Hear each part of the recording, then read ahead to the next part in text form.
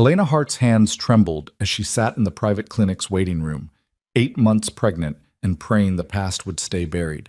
She'd hidden her pregnancy for months, from family, from friends, from the one man who could never know, Roman Vale, her ex-husband, the mafia boss she'd fled to protect this child from a life of shadows and blood. But when the consultation room door opened and those cold gray eyes locked onto her swollen belly, Elena's carefully constructed fortress of silence shattered. Roman's jaw tightened, calculation replacing shock in seconds. He knew. And Roman Vale never surrendered what belonged to him. Before we begin this story of secrets, power, and impossible choices, please hit the like button and comment your city below so I can see how far Elena and Roman's journey travels across the world. The air conditioning hummed too loudly in the waiting room of Meridian Women's Health Center, a private clinic tucked into the quiet corner of the city's financial district. Elena Hart shifted in the plush chair, one hand resting protectively on her rounded stomach, while the other clutched her medical file. 8 months pregnant. 34 weeks, to be precise. And she'd managed to keep it secret for nearly 7 of them. The receptionist's voice carried across the minimalist space. "Ms. Hart, Dr. Morrison is ready for you." Elena rose carefully, feeling the weight she'd grown accustomed to over these long months. Her loose cashmere cardigan, deliberately oversized, perpetually strategic, fell in soft folds that had become her uniform. Hiding. Always hiding. The hallway to the examination room stretched before her, walls decorated with abstract art in soothing blues and grays. Everything about this clinic whispered discretion. That's why she'd chosen it. That's why she'd driven 40 minutes across the city every appointment, instead of using the perfectly good hospital 3 blocks from her apartment. Distance, anonymity, safety. She'd built her new life on those 3 pillars after the divorce.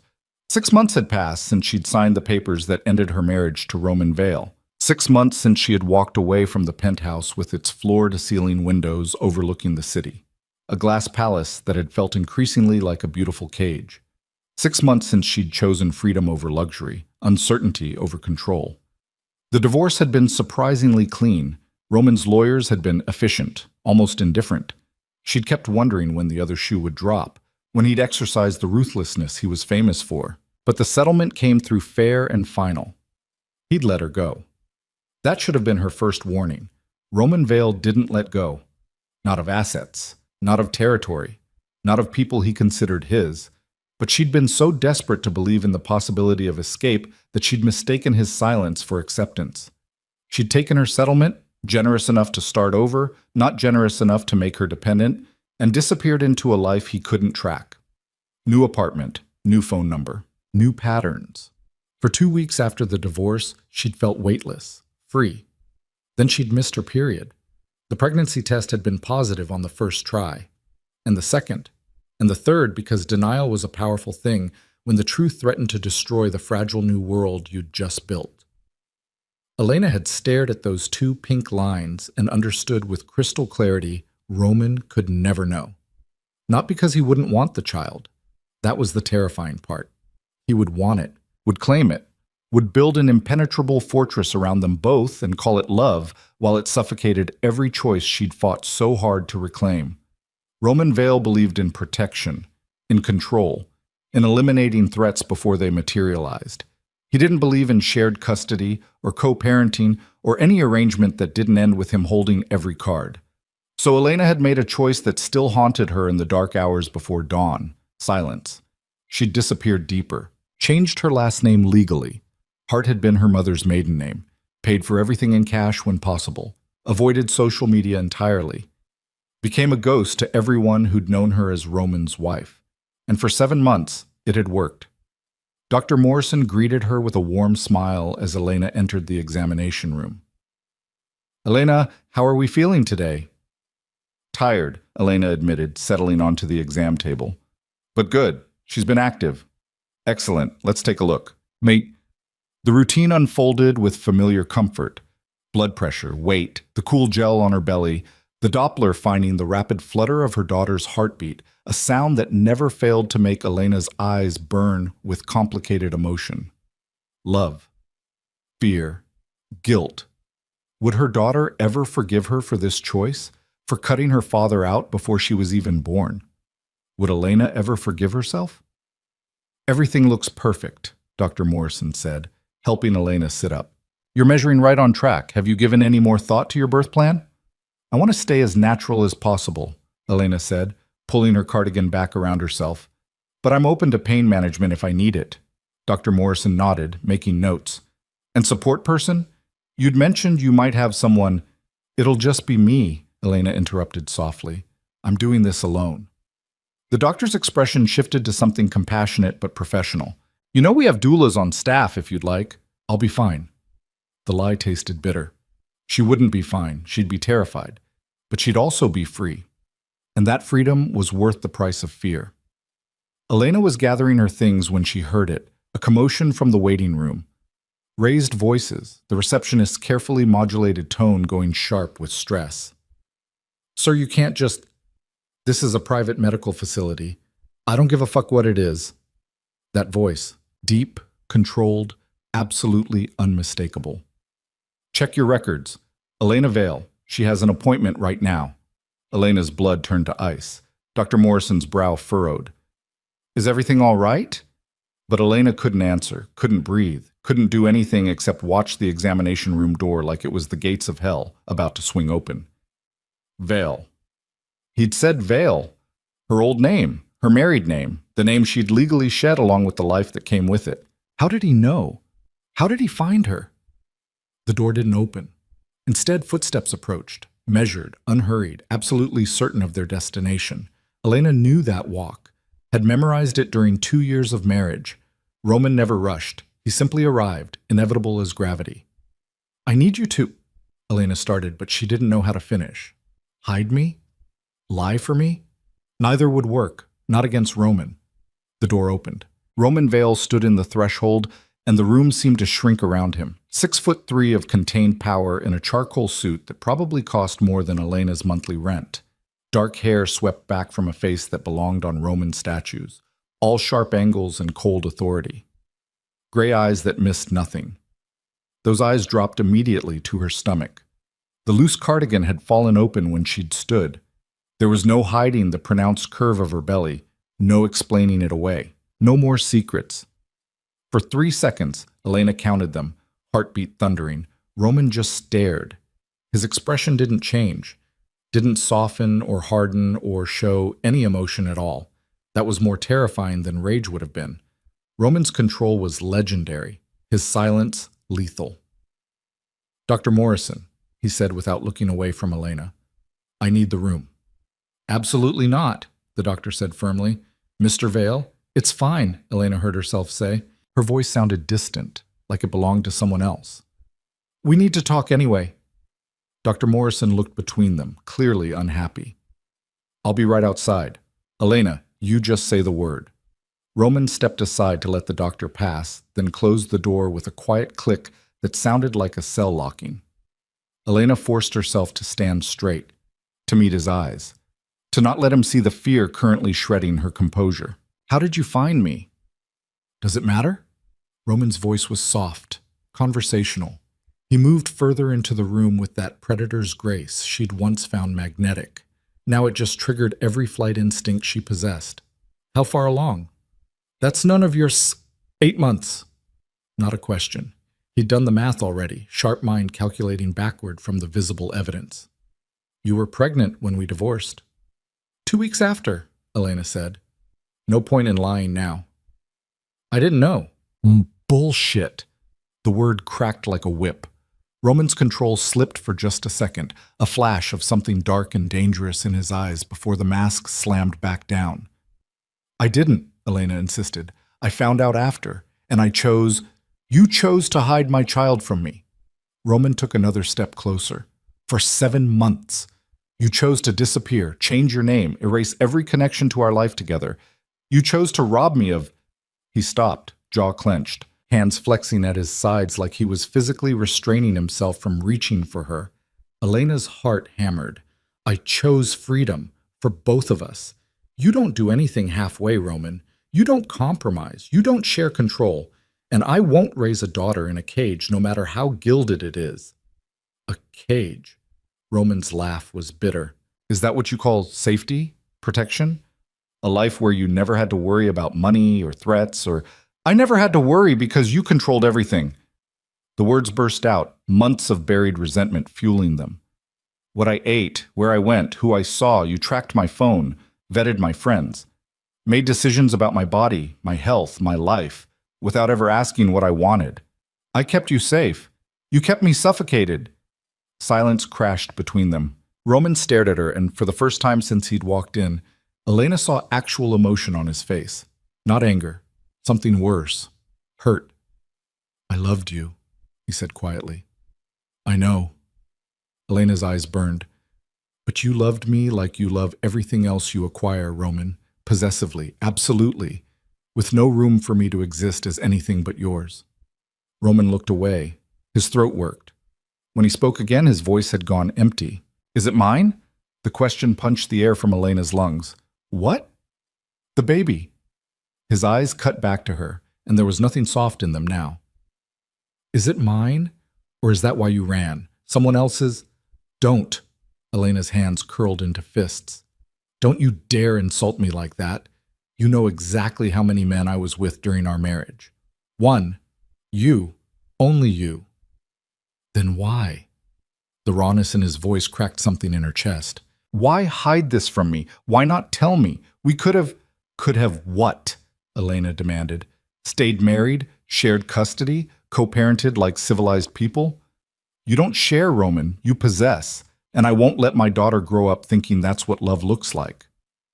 Our daughter. Roman's correction was steel. And you're right. I don't share. Especially not my own child. Elena's stomach dropped.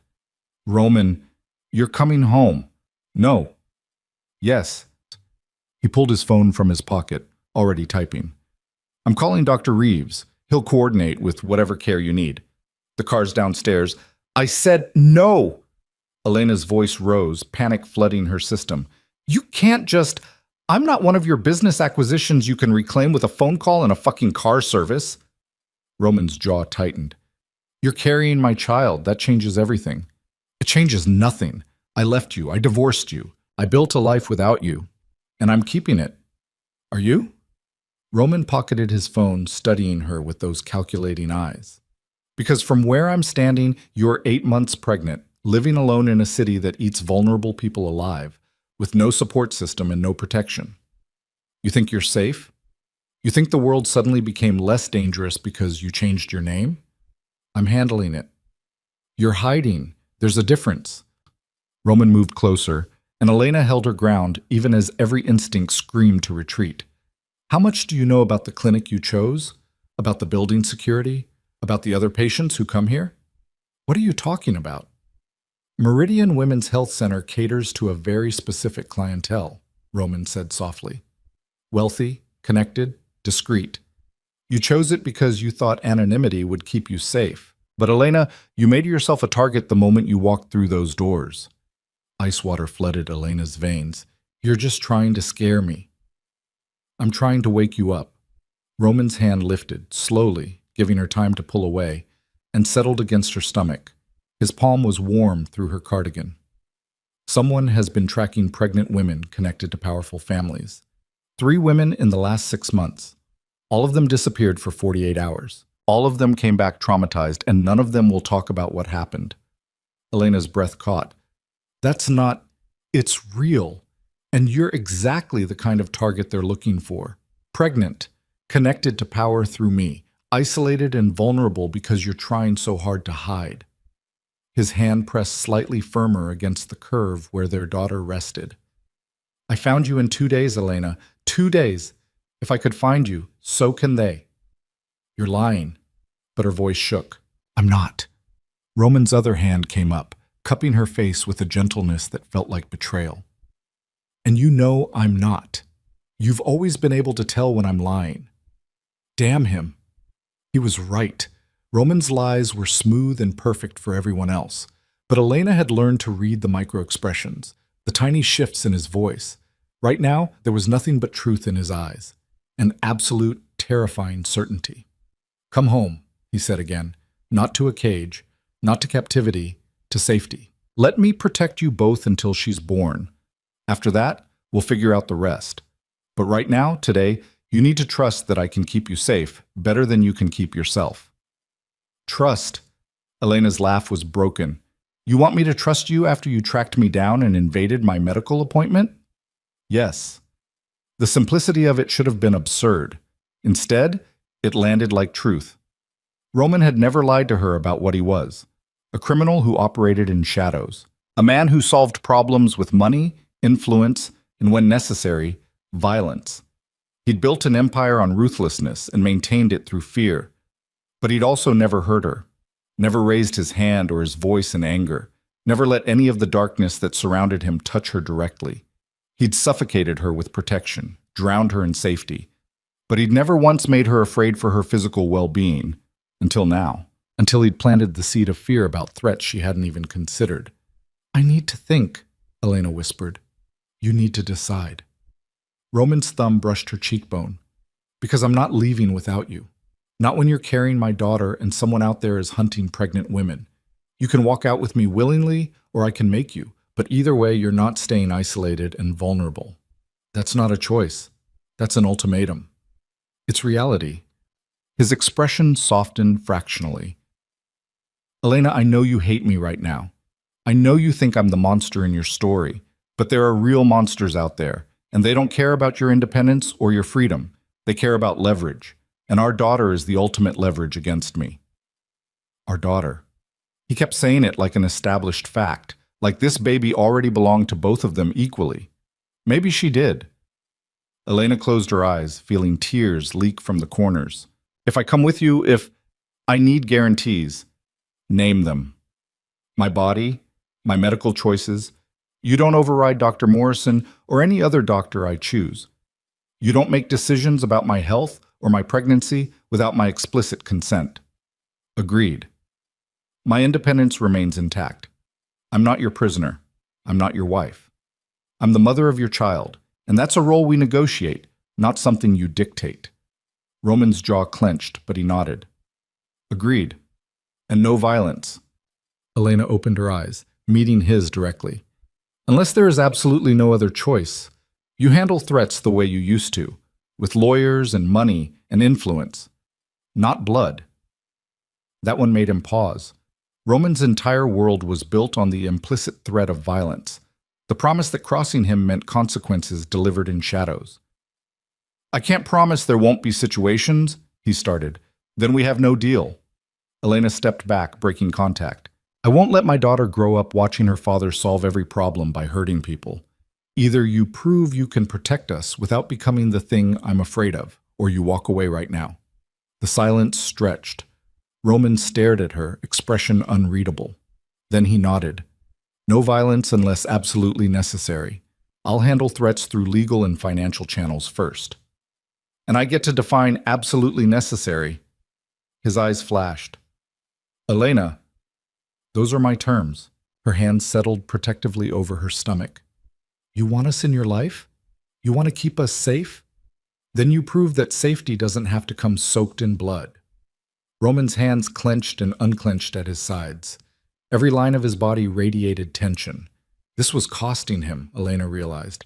Every concession felt like removing armor he'd worn so long it had become skin. Fine, he said finally. Your terms. All of them. Elena searched his face for deception, found only grim determination. Okay, she whispered. Okay. Roman pulled out his phone again, typing rapidly. Marcus is bringing the car around. We'll get your things from your apartment, then... Wait! Elena's stomach churned. What about Dr. Morrison? My appointment? I'll handle it. Roman moved to the door, opening it to find the doctor hovering protectively nearby. Dr. Morrison, Elena will be transferring her care to Dr. Reeves at Mercy Grace Hospital. I'll have my office coordinate the medical records transfer. I prefer to hear that from Elena herself, Dr. Morrison said coolly. Elena took a breath. It's fine. I'm making some changes. Thank you for everything. The doctor's expression made it clear she didn't believe this was fine at all, but medical ethics prevented her from physically restraining a patient who insisted on leaving. The next hour passed in a blur. Roman's car, a black SUV with tinted windows and a driver who looked more bodyguard than chauffeur, took them to Elena's apartment. She packed in a daze while Roman stood in her small living room, his presence making the space feel even more cramped. This apartment had been her sanctuary, her proof that she could survive outside his world. Now Roman's eyes cataloged every detail: the secondhand furniture, the locks on the door, the fire escape window she'd been so proud of for emergency exits. He didn't say anything, didn't have to. His face said it all. This is what you chose instead of me? By the time they pulled up to Roman's building, the glass tower in the financial district that had been their marital home, Elena felt hollowed out, exhausted, defeated. The penthouse looked exactly the same: floor-to-ceiling windows, minimalist furniture. A kitchen she'd rarely been allowed to cook in because Roman employed a private chef. The view of the city sprawling below like Roman owned it. Maybe he did. "The guest room is prepared," Roman said, setting her suitcase down. "Unless you'd prefer, the guest room is fine." He nodded stiffly. "Marcus will be stationed downstairs. Anton will cover the building's secondary entrance. I've already updated security protocols." Of course he had. Probably while she was packing. "Dr. Reeves will call tomorrow to schedule an appointment. He's the best perinatologist in the city. You'll like him." Elena just nodded, too tired to argue. "And Elena?" Roman waited until she looked at him. "Thank you for trusting me." She almost laughed. Trust implied choice. This felt more like surrender. But as she lay in the guest room that night, feeling their daughter kick against her ribs, Elena couldn't shake Roman's words. Someone had been targeting pregnant women like her.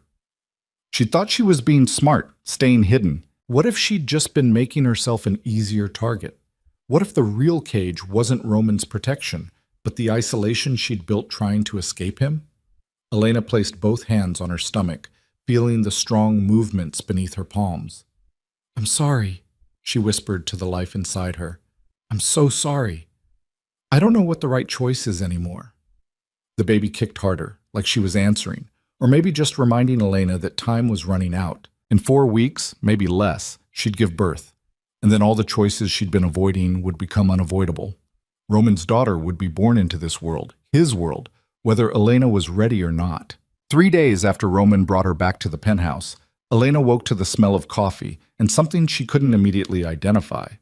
Not the chef's usual breakfast preparation. This was different, warmer somehow, more personal. She pulled on a robe and padded barefoot into the kitchen, stopping in the doorway at the sight before her. Roman stood at the stove, still wearing dress pants and a white shirt with the sleeves rolled to his elbows, making what appeared to be scrambled eggs. His hair was slightly mussed, like he'd been running his hands through it. The morning light from the windows cast him in gold, softening the hard edges she'd grown so familiar with. He looked almost domestic. "You cook?" The words escaped before Elena could stop them. Roman glanced over his shoulder. "Occasionally, when the situation requires it." "And this situation requires it? You wouldn't eat anything the chef made yesterday, or the day before." He plated the eggs with surprising competence. "I remembered you used to like eggs this way, soft scrambled, little bit of cream cheese mixed in." Elena's throat tightened. She had liked them that way. During their marriage, it had been one of the few breakfast requests Roman actually remembered, back when he'd paid attention to small things about her. "I wasn't hungry," she said, moving to the breakfast bar. "You're eating for 2. You need to be hungry." Roman set the plate in front of her, along with whole wheat toast and a glass of orange juice. "Dr. Reeves called. Your appointment is tomorrow at 10. You could have asked me about my schedule first." "Do you have somewhere else to be?" The question stung because they both knew the answer. She'd built her isolation so carefully that she had nowhere to be. No job. She'd been living off the divorce settlement. No friends nearby. She'd cut contact to avoid Roman tracking her through them. No family. Her mother had passed 2 years ago, and her father had never been in the picture. She'd made herself invisible, and now that invisibility felt less like freedom and more like erasure. Elena picked up her fork, taking a small bite. The eggs were perfect, exactly how she remembered liking them, that somehow made everything worse. "I need to ask you something," she said after swallowing. These women you mentioned, the ones who were taken, what happened to them? Roman's expression shuddered. You don't need the details. Yes, I do. If I'm supposed to trust you, if I'm supposed to believe this threat is real, then I need to know what we're actually dealing with. For a moment, she thought he'd refuse. Roman's default setting was information control. Tell people only what they needed to know, maintain the upper hand through strategic silence. But then he leaned against the counter across from her, arms crossed. 3 women, all pregnant, all connected to men with power, a federal judge, a tech CEO, and a state senator. They were taken from locations they considered safe: a yoga studio, a grocery store parking lot, a friend's baby shower. Elena's appetite vanished, but she forced herself to keep eating. How long were they gone? 48 hours, give or take. They were returned physically unharmed, but psychologically destroyed. None of them will talk about what happened during that time, but all 3 lost their pregnancies within a week of being returned. The fork clattered from Elena's hand. They lost stress-induced complications. That's what the medical report said. Roman's jaw clenched. But we both know it wasn't just stress. Someone orchestrated a terror campaign designed to cause maximum psychological trauma. And they targeted the pregnancies specifically. Elena's hands moved to her stomach instinctively. Why? What's the point? Leverage. Fear. Maybe just cruelty. Roman's eyes were cold now, calculating. The families involved all made significant policy changes or business decisions within months of the incidents. The federal judge dropped a case that would have exposed connections to organized crime. The CEO killed a merger that would have disrupted certain supply chains. The senator withdrew support for a law enforcement expansion bill.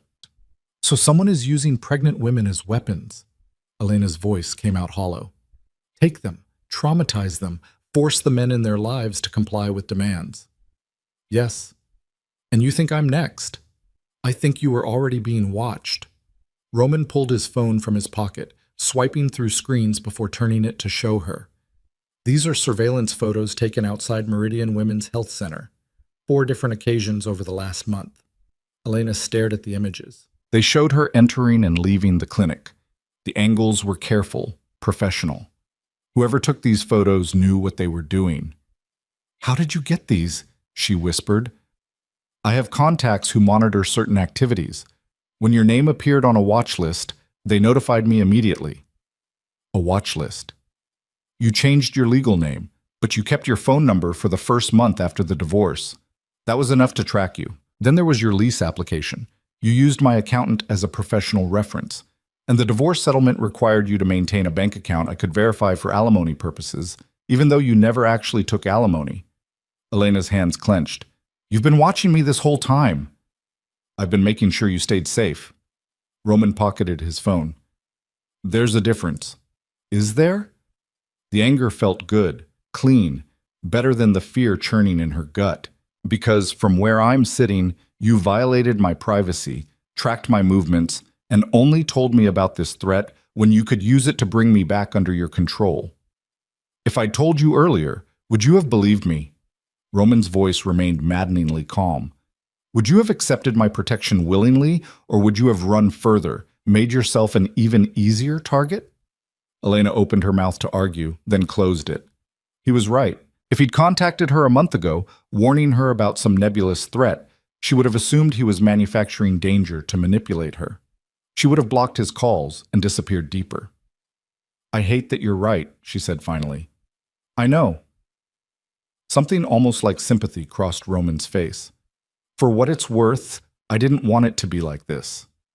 I wanted you to come back because you chose to, not because you were afraid. We don't always get what we want.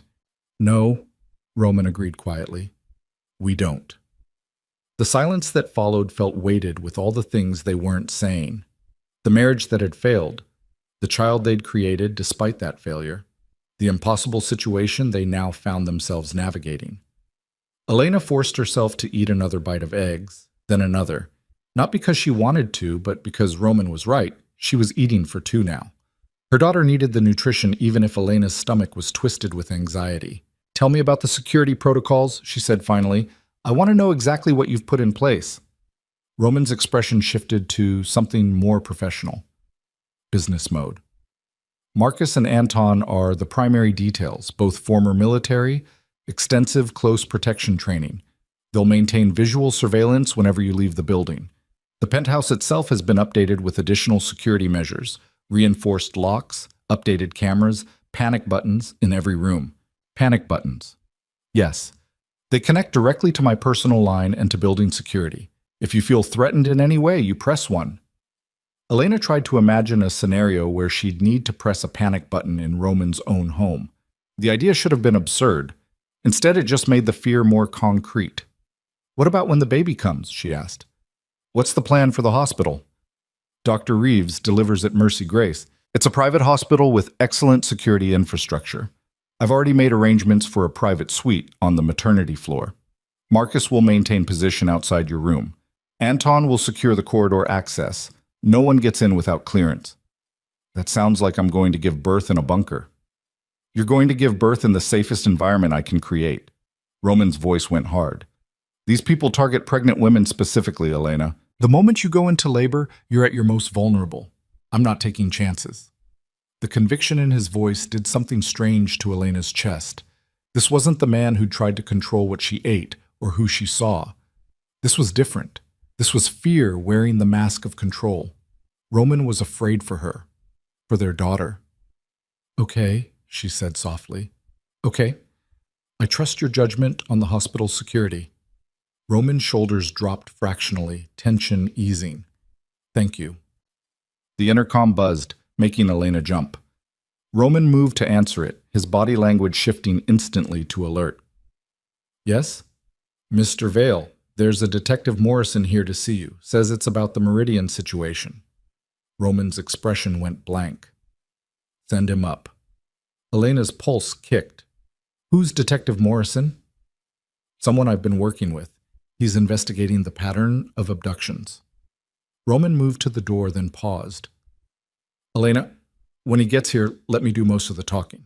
There are aspects of this situation that are complicated. Complicated how? The penthouse door opened before Roman could answer. A man in his early 50s stepped inside, wearing a rumpled suit and the kind of weathered expression that came from decades of seeing humanity's worst. His eyes swept the space, cataloging details, before landing on Elena with the intensity of a professional observer. Mr. Vale, he said, voice carrying the rough edges of too many late nights and cheap coffee. And this must be Elena. Detective Morrison? Roman's tone was cordial but guarded. We weren't expecting you until this afternoon. Got some developments I thought you should know about immediately. Morrison's gaze settled on Elena's stomach for just a second before returning to her face. Ma'am, I'm going to need to ask you some questions about your movements over the last month. Elena glanced at Roman, who gave a slight nod. What kind of questions? She asked. Morrison pulled out a small notebook. Did you notice anyone following you? Same car appearing multiple times? Someone showing unusual interest in your routine? No, nothing like that. What about phone calls, texts from unknown numbers? Emails that seemed off? Elena shook her head. I changed my number. I've been pretty isolated. That's actually what concerns me. Morrison flipped a page. The previous victims all reported feeling watched in the weeks before they were taken, but they couldn't identify any specific threat. You're saying you felt nothing. I was trying not to be found, Elena said. I wasn't really paying attention to whether anyone else was looking. Morrison's expression suggested this was exactly the wrong answer. Mr. Vale, can we speak privately? Anything you need to say, you can say in front of Elena. The detective's jaw worked. With respect, sir, there are investigative details that...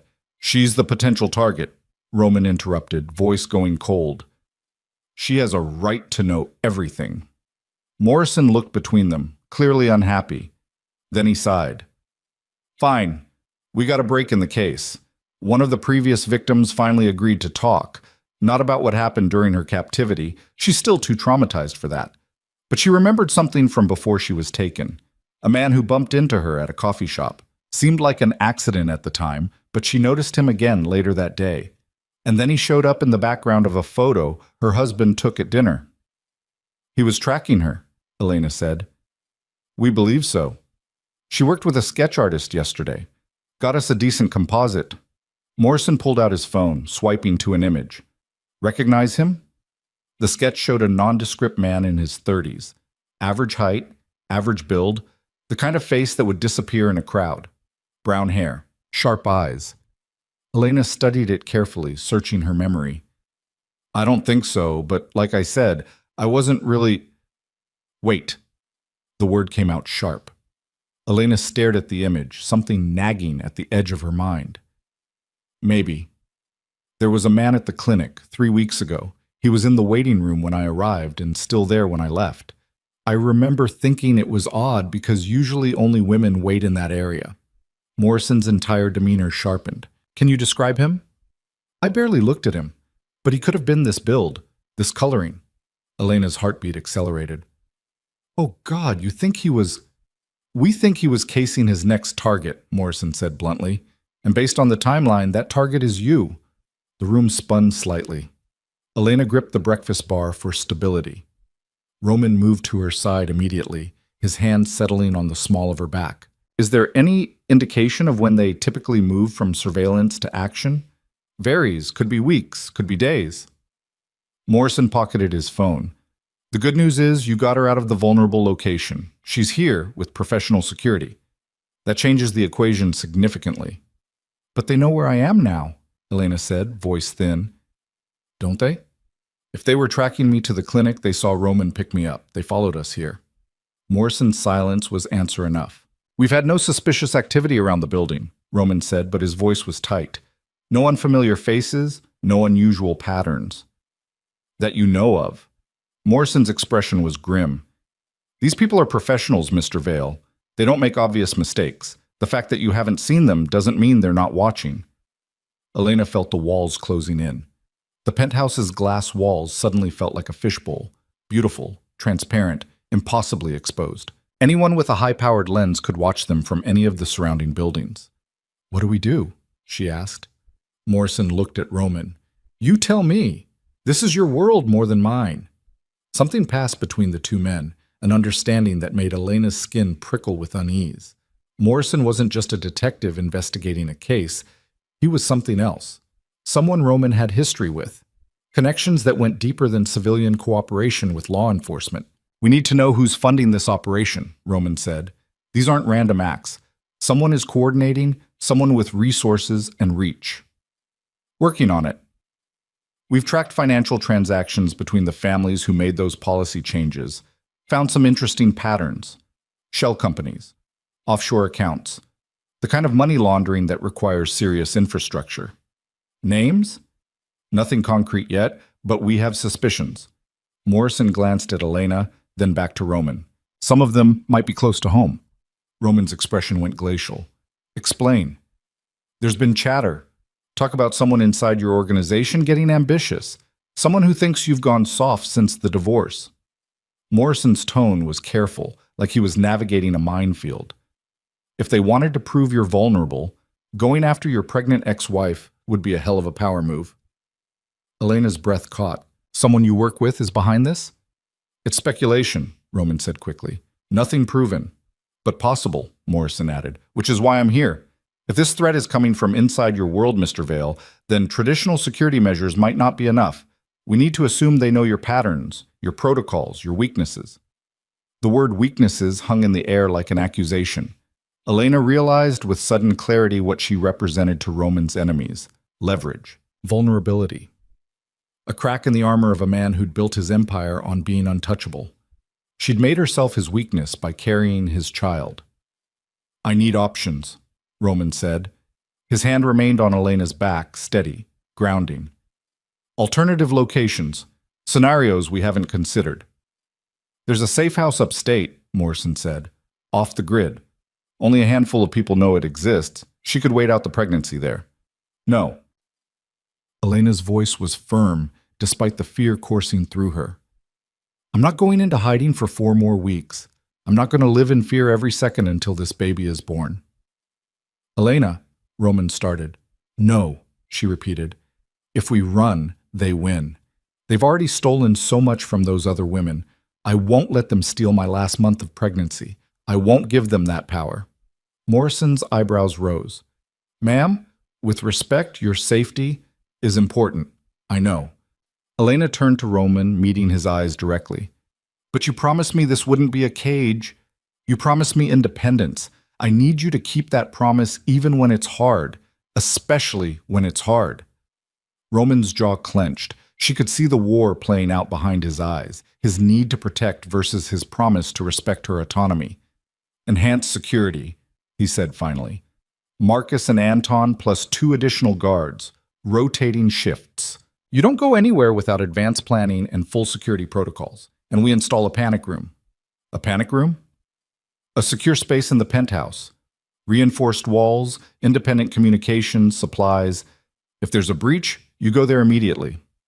Elena wanted to argue, wanted to say it was excessive, paranoid, too much, but Morrison's expression told her it wasn't. This was the reality she'd stepped into when she came back to Roman's world. Okay, she whispered. Enhanced security, panic room. But I still want to live my life. Doctor's appointments, fresh air, something that doesn't feel like house arrest. We'll make it work, Roman said. His hand slid up to her shoulder, squeezing gently. I'll make it work. Morrison shifted his weight. There's one more thing. We need to consider the possibility that this is about more than just leverage. The previous attacks, the way they specifically targeted the pregnancies, there's a cruelty there that goes beyond tactical advantage. What are you saying? Elena asked, though part of her didn't want to know. I'm saying whoever's behind this enjoys causing pain, the psychological trauma, the loss. That's not just business, that's personal. And if they fixated on you as their next target, they're not just trying to manipulate Mr. Vale. They're trying to destroy you both. The words settled like stones in Elena's stomach. She thought about those other women, traumatized so badly they couldn't speak about it. Women who'd lost their babies to manufactured stress and terror. We won't let that happen, Roman said, voice like iron. Whatever resources we need, whatever it takes. Morrison nodded. I'll keep you updated. In the meantime, stay vigilant. Trust no one outside your immediate circle. And Elena? He looked at her directly. If you remember anything else about that man at the clinic, any detail, no matter how small, you call me immediately. He handed her a business card. Elena took it with numb fingers. After Morrison left, the silence in the penthouse felt suffocating. Elena stared at the city beyond the windows, watching people move through their normal lives far below. Going to work, meeting friends, existing without the weight of constant threat. I'm sorry, Roman said quietly. For what? For the life you gave up to be with me. For the danger that followed you even after you left. For all of it. His hand found hers, lacing their fingers together. You deserved better than this. Elena looked down at their joined hands. His were larger, rougher, marked with small scars she'd memorized during their marriage. Hands that could be gentle, but were more often closed into fists. Hands that had built an empire in shadows. I chose you once, she said, knowing what you were, who you were. I can't pretend I was some innocent victim you corrupted. You didn't choose this. This threat, this fear. No. But I chose to keep our daughter. I chose to hide her from you. And maybe those choices led here just as much as yours did. Elena squeezed his hand. I'm not saying you're not responsible for the life you've built, but I'm responsible for my choices too, including the one I made 3 days ago to come back. Roman's throat worked. I'll keep you safe. Both of you. I swear it. I know you'll try. Elena pulled her hand free, wrapping both arms around her stomach. But Roman, you need to understand something. If it comes down to a choice, if you have to decide between protecting me and protecting our daughter, you save her. You hear me? Whatever happens, she comes first. That's not a choice I'll ever have to make. Promise me anyway. Roman stared at her, and for the first time since he'd walked into that clinic, Elena saw him truly afraid. Not of external threats. Of this. Of the possibility that he might fail her when it mattered most. I promise, he said finally. But Elena, I'm going to do everything in my power to make sure it never comes to that. Elena nodded, throat too tight for words. The baby kicked hard against her ribs, as if in protest or perhaps agreement. Elena placed her hand over the movement, feeling the life inside her assert its presence. Her daughter. Roman's daughter. A child who would be born into this complicated, dangerous, impossible situation, whether any of them were ready or not. Outside the windows, the city sprawled in indifferent beauty. Somewhere out there, someone was watching, planning, waiting for the perfect moment to strike. And inside the penthouse, two people who'd failed at marriage tried to figure out how to succeed at protection, at partnership, at whatever fragile thing was growing between them that wasn't quite trust but wasn't quite surrender either. The eggs had gone cold on the breakfast bar. Elena's appetite had disappeared entirely.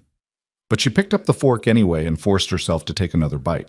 Because Morrison was right about one thing: they were at their most vulnerable now. And the only way through vulnerability was to keep moving forward, one small decision at a time. Even if every decision felt like it carried the weight of worlds. 2 weeks crawled by in a strange rhythm of heightened awareness and forced normalcy. The panic room was installed in what had been a storage closet off the master bedroom. Reinforced steel door, independent ventilation, satellite phone, enough supplies for 72 hours.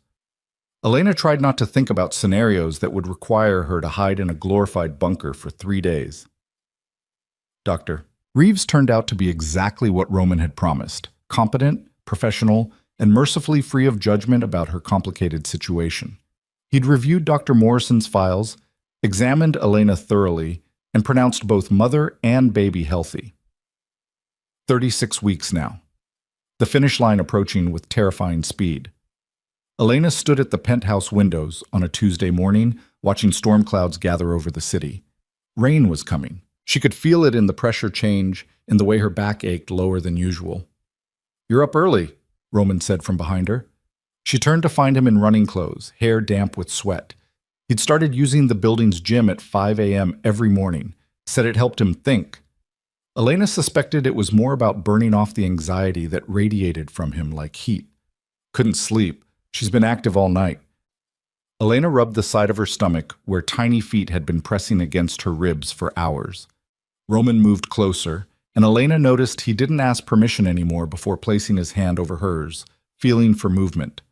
They'd fallen into small intimacies like this over the past 2 weeks, touches that weren't romantic but weren't entirely platonic either. The undefined territory of two people who shared a child but not a life. The baby kicked hard against their joined hands. Roman's expression softened in that way it only did when he felt his daughter move, like she was the one thing in the world he couldn't control and didn't want to. "Strong," he murmured. "Stubborn," Elena corrected, "just like her father. Let's hope she gets her mother's sense." Roman's thumb traced small circles over her stomach, probably unconscious of the gesture. "You have plans today?" "Actually, yes." Elena had been working up the courage to say this for 3 days. "I want to go shopping for the baby. Clothes, supplies, all of it. I've been putting it off and we're running out of time." Roman's hand stilled. "We can have everything delivered. I'll have my assistant compile a list of the best—" "No." Elena stepped back, breaking contact. "I want to do this myself, like a normal person preparing for a baby, not like someone in witness protection." "Elena, we discussed this. Public spaces are controlled risks, I know. That's why I'm telling you in advance so you can plan." She crossed her arms, feeling the familiar tension building between them. "Marcus and Anton can come. We'll go to that upscale baby boutique in the Harbor District, the one with private shopping appointments. You can have your people sweep the location first, whatever security theater you need. But I'm going." Roman's jaw worked. She'd learned to read that particular expression. He was calculating, weighing her safety against her sanity, trying to find an angle that satisfied both. "I'll make the arrangements," he said finally. "This afternoon, 2 hours maximum. Marcus, Anton, and 2 additional guards. The store will be cleared of other customers during your appointment." Elena wanted to argue about the excessive security, but she'd learned to pick her battles. "Thank you. I'm coming with you." Roman, non-negotiable. His voice carried that edge of finality she remembered from their marriage. "You want to go? I go with you. Those are the terms." Part of Elena wanted to fight it, to assert her independence just on principle. But another part, the part that had felt those surveillance photos, that knew someone dangerous was watching, actually felt relieved at the idea of Roman's presence. "Fine," she said, "but you don't get to take over and make decisions." "This is my shopping trip. You're just there." "Just there." Roman agreed, though his expression suggested he had no intention of remaining passive. The store, Petit Luxe, occupied a corner building in the harbor district with floor-to-ceiling windows showcasing artfully arranged nursery furniture and tiny designer clothes. By the time they arrived at 2 p.m., the space had been cleared as promised. Only the store manager remained, an elegant woman in her 50s named Gabrielle, who greeted them with professional warmth that didn't quite mask her curiosity about the security details stationed at every entrance. "Ms. Hart, Mr. Vale, welcome. I've prepared a selection based on the preferences your assistant shared." Gabrielle gestured toward the back of the store where a private consultation area had been arranged. Elena caught Roman's glance. "You had your assistant call ahead?" "I wanted to make the most of our time here," he said, not quite apologetic. Elena sighed but followed Gabrielle deeper into the store. The consultation area was beautiful. Soft lighting, comfortable seating, and racks of baby clothes organized by size and style. Cribs and changing tables were displayed like art installations. "I wasn't sure if you were planning a theme for the nursery," Gabrielle began, "so I pulled options across several aesthetics. Classic, modern, botanical. "I haven't actually set up a nursery yet," Elena admitted. The guest room at the penthouse had remained just that, a guest room. She'd been living in a state of temporary suspension, unable to fully commit to the reality of bringing her daughter into Roman's space. Gabrielle's carefully neutral expression suggested she found this odd for someone 36 weeks pregnant, but she recovered smoothly. "Well, we have plenty of time to sort that out. Why don't we start with the basics? Car seat, bassinet, clothing for the first few months?" The next hour passed in a blur of soft fabrics and impossible decisions. Did she want organic cotton or bamboo blend? Sleep sacks or swaddles?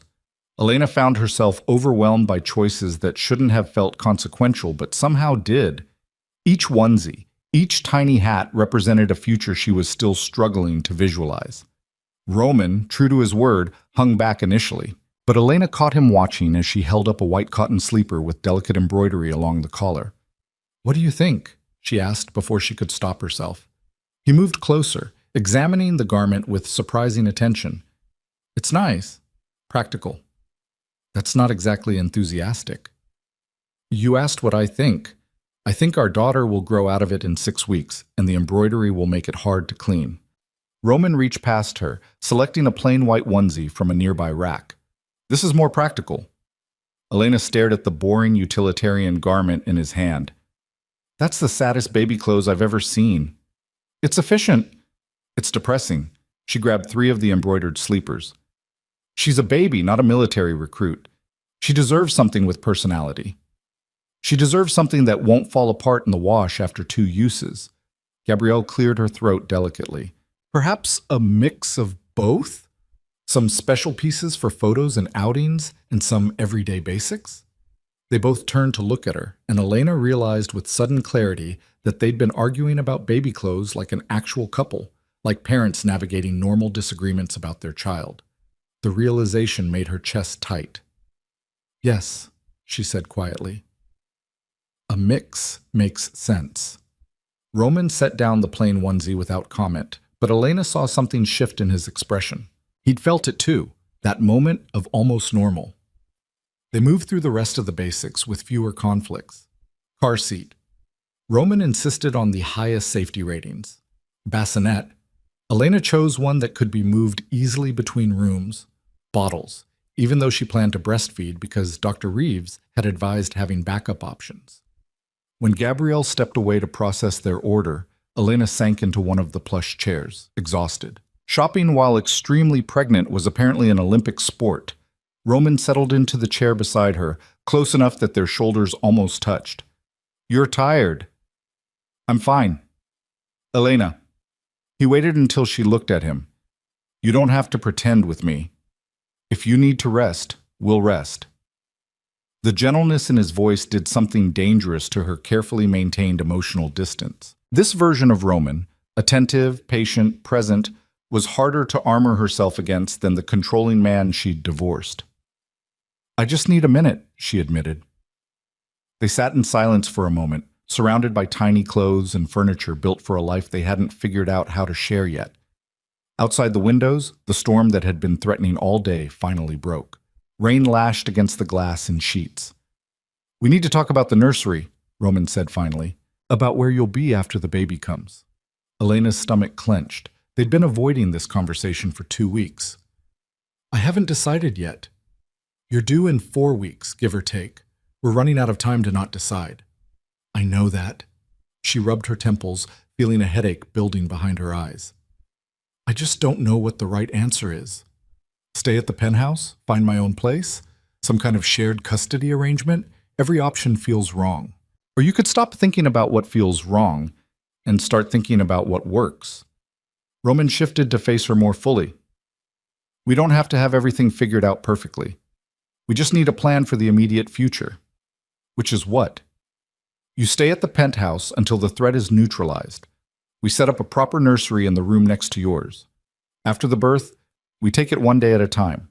He paused. "No pressure. No expectations beyond what's best for our daughter." It sounded reasonable, practical, exactly the kind of logical solution Roman excelled at. It also sounded like a trap Elena couldn't quite identify. "What about after?" she asked. "After the threat is gone and she's here, and we can't hide behind crisis management anymore." "Then we figure it out." Roman's hand found hers, squeezing gently. "Elena, I'm not asking you to commit to forever. I'm asking you to commit to right now." "Can you do that?" Could she? Elena studied their joined hands, feeling the weight of the question. Right now was the penthouse and Roman's protection and a strange liminal space where they weren't together but weren't quite separate either. Right now was bearable, sustainable, even. It was the future that terrified her. "Okay," she whispered, "right now. We'll figure out the rest as we go."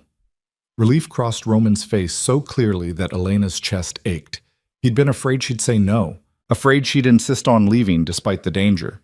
Before either of them could say more, Anton appeared in the doorway to the consultation area. His expression was carefully neutral, but Elena had learned to read the security team's micro-expressions. Something was wrong. "Mr. Vale, we have a situation." Roman was on his feet instantly. "What kind of situation?" "There's a suspicious vehicle parked across the street. Black sedan, tinted windows. It's been there since we arrived and the occupants haven't exited." Elena's blood went cold. "Someone followed us?" "We don't know yet." Roman's voice was calm, controlled, but his body language had shifted entirely. He moved between Elena and the windows, blocking her from view. "How many occupants?" "At least 2 visible from this angle. Could be more." Anton's hand rested casually near his concealed weapon. "We're running the plates now, but I wanted to alert you immediately." "Gabrielle," Roman called without turning around. The store manager appeared quickly, eyes wide. "I need you to close the security shutters on all street-facing windows. Now." "But we never close the shutters during business hours." "Now," Roman repeated, voice going hard. Gabrielle moved quickly, pressing buttons on a wall panel. Heavy metal shutters began descending over the windows with a mechanical whir that sounded unnaturally loud in the sudden silence. Elena watched the daylight disappear behind steel, her heart hammering. "Roman, what's happening?" "Probably nothing, just a precaution." But his hand was on his phone, typing rapidly. "Marcus, what's your position?" Elena couldn't hear the response, but Roman's expression tightened fractionally. "Hold position. I want eyes on that vehicle until we have plate confirmation." He ended the call, turning back to Elena. "We're going to wait here until we know more." It could be completely innocent. Someone waiting to pick up a passenger, a delivery driver on break. Or it could be them. Elena's hands moved to her stomach, protective instinct overriding fear. The people who've been watching. If it is, they're not getting anywhere near you. Roman crouched in front of her chair, bringing them eye to eye. "Look at me. You're safe. This building is secure. We have trained professionals, and I will not let anything happen to you or our daughter." "Do you believe me?" Elena wanted to say yes, wanted to feel the certainty that radiated from Roman like heat, but all she could think about were those other women, women who'd probably felt safe right up until the moment they weren't. "I'm scared," she admitted. "I know." Roman's hands cupped her face, thumbs brushing her cheeks. "But fear is just information. It tells us to be careful, not to be paralyzed. We're being careful. We're doing everything right." His phone buzzed. Roman checked it, and something in his expression shifted to something darker. What? Elena demanded. The plates are fake. Vehicles registered to an address that doesn't exist. Roman stood, his entire demeanor changing. This was the man who'd built an empire in shadows, cold, calculating, dangerous. Anton, I want that vehicle approached and occupants identified. Non-confrontational, but firm. Marcus, you stay with Elena. No one gets past you. Marcus materialized beside Elena's chair like a shadow-given form. His presence should have been comforting. Instead, it just made the threat feel more real. Roman, wait! Elena started, but he was already moving toward the front of the store with Anton. She struggled to her feet, ignoring Marcus's attempt to keep her seated. Through a gap in the shutters, she could see Roman and Anton stepping out onto the rain-soaked street. Two additional security personnel Elena hadn't even noticed emerged from positions near the store entrance, flanking Roman as they approached the black sedan. For a moment, nothing happened. The sedan just sat there, windows too dark to see inside, engine idling. Then the driver's door opened. A man stepped out. Average height, brown hair, sharp eyes. Even from a distance, even through rain and partially obscured by security shutters, Elena recognized him. The man from the clinic, the one who'd been in the waiting room 3 weeks ago. Her breath caught. That's him. The man I told Detective Morrison about. Marcus's hand went to his concealed weapon. Stay back from the windows, Ms. Hart. But Elena couldn't look away. She watched Roman approach the man with Anton at his side, watched them exchange words she couldn't hear over the rain. The man's expression remained neutral, almost bored. Then he smiled. It was a terrible smile. Empty. Predatory. He said something to Roman, gestured toward the store, and Elena's skin crawled with the certainty that he was talking about her, about their daughter. Roman's body language went rigid. Even from a distance, Elena could see the rage he was barely containing, his hand clenched into a fist at his side. The man said something else, still smiling that awful smile. And Roman hit him. The punch was fast, brutal, perfectly aimed. The man's head snapped back and he staggered against the sedan. Blood immediately began streaming from his nose. No, Elena whispered. Roman, don't. But Roman was past hearing. He grabbed the man by his collar, slamming him against the car. Anton moved to intervene, but Roman shook him off. She could see Roman's mouth moving, words thrown like weapons. The man was laughing now, laughing through the blood, through whatever Roman was saying. Two more men emerged from the sedan, larger, clearly muscle. They moved toward Roman, but the security team intercepted them. Suddenly, the quiet street erupted into chaos. Bodies colliding, rain making everything slick and dangerous. Marcus grabbed Elena's arm. We need to move you to the back room, now. But Roman is handling it. My job is you. Marcus was already pulling her away from the windows, deeper into the store. Gabrielle appeared from somewhere, face pale with shock. What's happening? Should I call the police?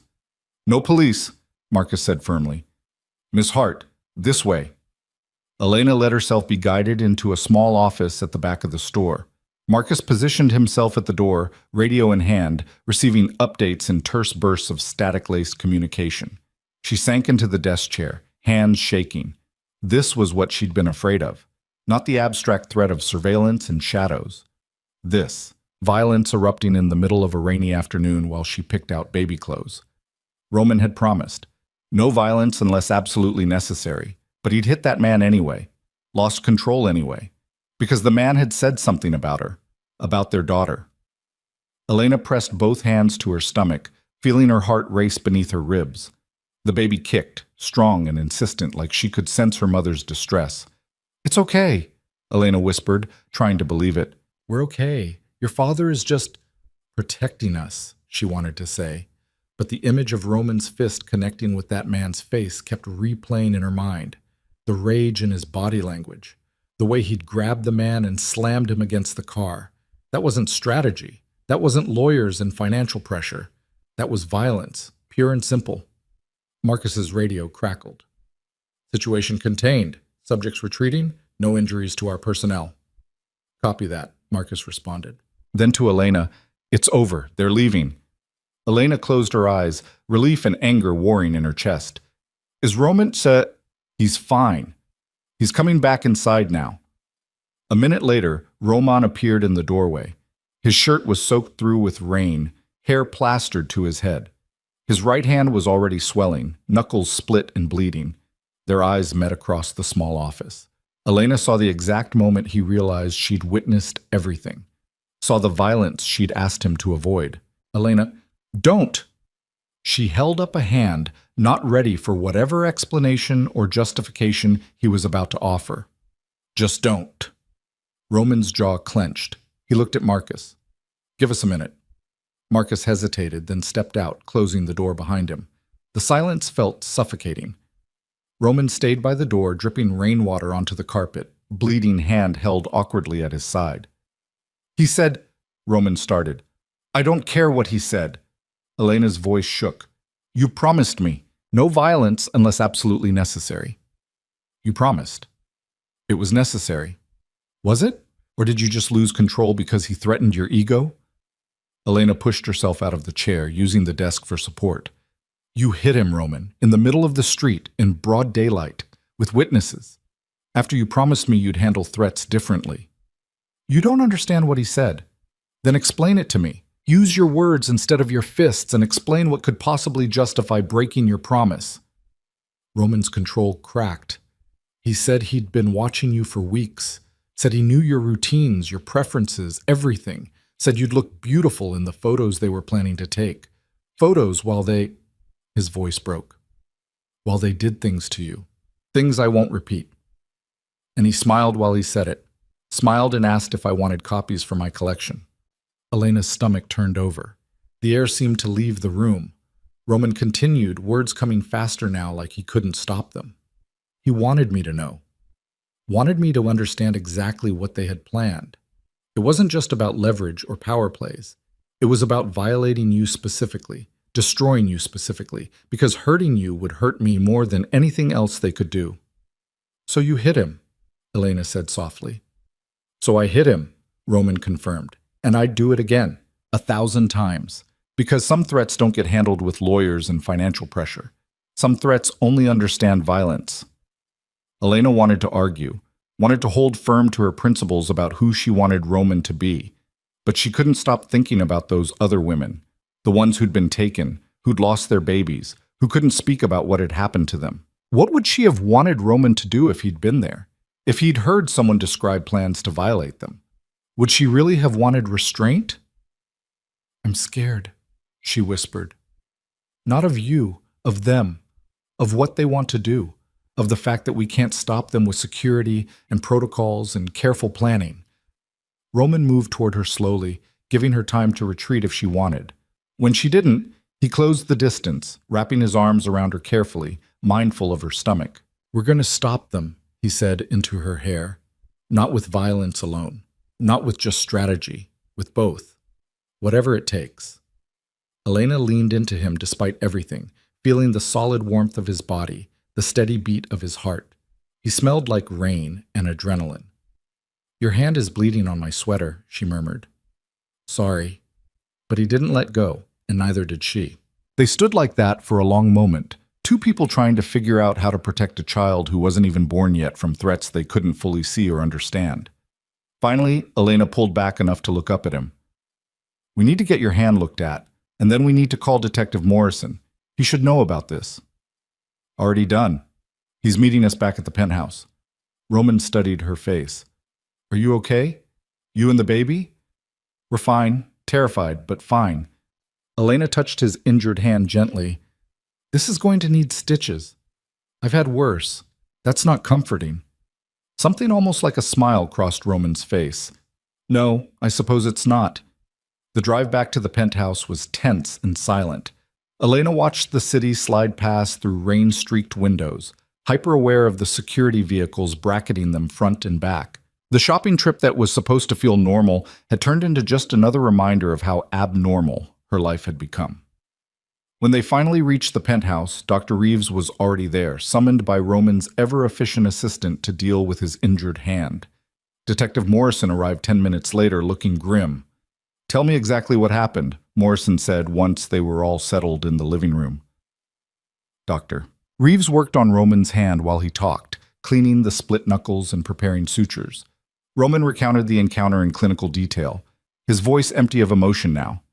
The sedan, the man, the threats, his reaction. Morrison's expression grew darker with each word. When Roman finished, the detective was silent for a long moment. "The description matches our composite," he said finally.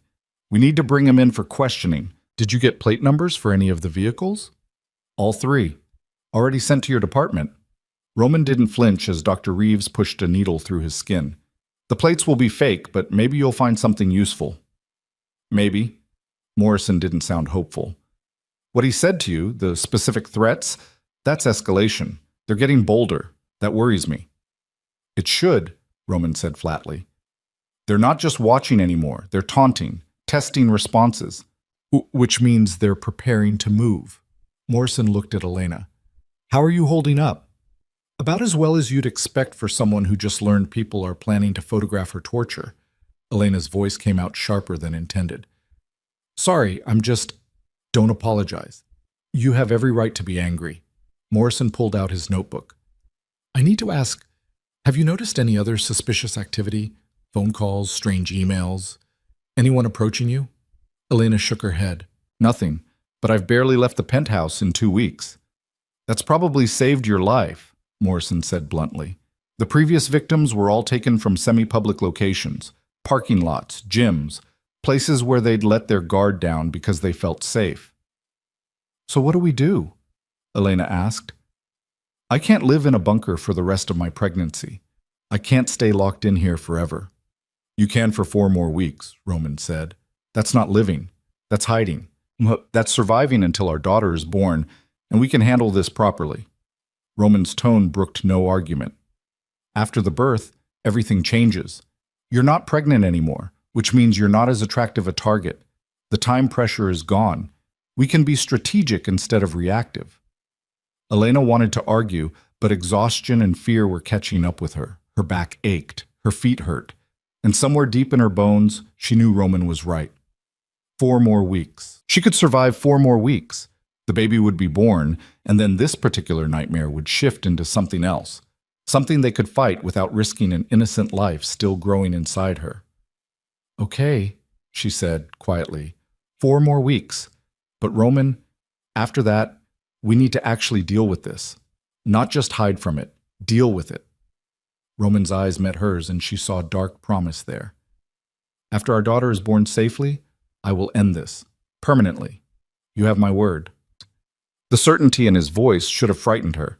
Instead, it just made her tired. Morrison stayed another hour coordinating with Roman's security team, discussing protocols and contingencies. Dr. Reeves finished stitching Roman's hand and left detailed care instructions neither of them would probably follow. By the time everyone left, night had fallen. The storm continued outside, turning the windows into dark mirrors that reflected only their own trapped images. Elena stood at those windows anyway, watching lightning fork across the sky. Behind her, she heard Roman moving through the penthouse, checking locks and security systems with methodical precision. 4 more weeks, 28 days. It felt like both an eternity and no time at all. The baby kicked, and Elena placed her hand over the movement. "Your father is trying very hard," she whispered. "I hope you appreciate that someday." "Talking to yourself?" Roman appeared beside her, his bandaged hand hanging at his side. "Talking to her." Elena gestured to her stomach. "Explaining why her parents are so complicated." "What are you telling her?" "That we're doing our best, that love isn't always simple, that protection sometimes looks like violence, and prison sometimes looks like safety." Elena turned to face him. "That she's wanted despite all the mess." Roman's expression softened. "She is, more than anything.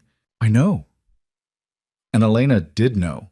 Whatever else was broken between them, Roman's love for their unborn daughter was absolute. Uncomplicated in a way his love for Elena had never been. Maybe that would be enough. Maybe their daughter could be the thing they both got right, even if they got everything else wrong. Outside, thunder rumbled. Inside, the panic room waited in its reinforced silence.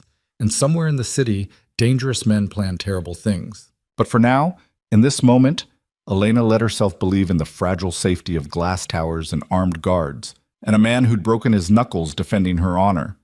It wasn't the life she'd imagined, but it was the one she had. And in 4 weeks, everything would change again. The contraction started 3 days before Elena's due date, at 4:30 in the morning. She woke to a tightening across her belly that stole her breath, different from the Braxton Hicks she'd been experiencing for weeks. Sharper, more insistent, real. Elena lay in the darkness of the guest room, one hand on her stomach, counting. The contraction peaked, held, then slowly released. She checked her phone. 4:32 a.m. She should wake Roman, should alert Dr. Reeves, should activate the carefully constructed birth plan they'd spent 2 weeks perfecting. Instead, she stayed quiet, breathing through the next contraction when it came 12 minutes later. Then another at 11 minutes, her body preparing itself for the work ahead with methodical precision. By 6 a.m., the contractions were 8 minutes apart, and Elena couldn't hide them anymore. She found Roman in the kitchen, already dressed despite the early hour, reading something on his tablet. He looked up when she entered, and his expression shifted immediately. "How long?" he asked. "Since 4:30. They're regular now. 8 minutes apart." Elena steadied herself against the counter as another contraction began its slow build. "I think this is it." Roman was moving before she finished speaking, phone already in his hand. "I'm calling Dr. Reeves. Marcus, we need the car ready in 15 minutes. Anton, activate hospital protocols." The security team materialized from their various positions throughout the penthouse. Elena watched the controlled chaos unfold around her, feeling strangely detached from it all. This was happening. After 9 months of fear and hiding and impossible choices, their daughter was coming. Dr. Reeves answered on the second ring, his voice alert despite the hour. Roman put him on speaker. "Contractions started at 4:30 a.m., Roman reported with military efficiency. "Currently 8 minutes apart, lasting approximately 45 seconds each. No water breakage yet. No bleeding or unusual symptoms." "And how is Elena feeling?" Dr. Reeves' gentle question cut through Roman's clinical recitation. Elena took the phone. "Scared. Excited.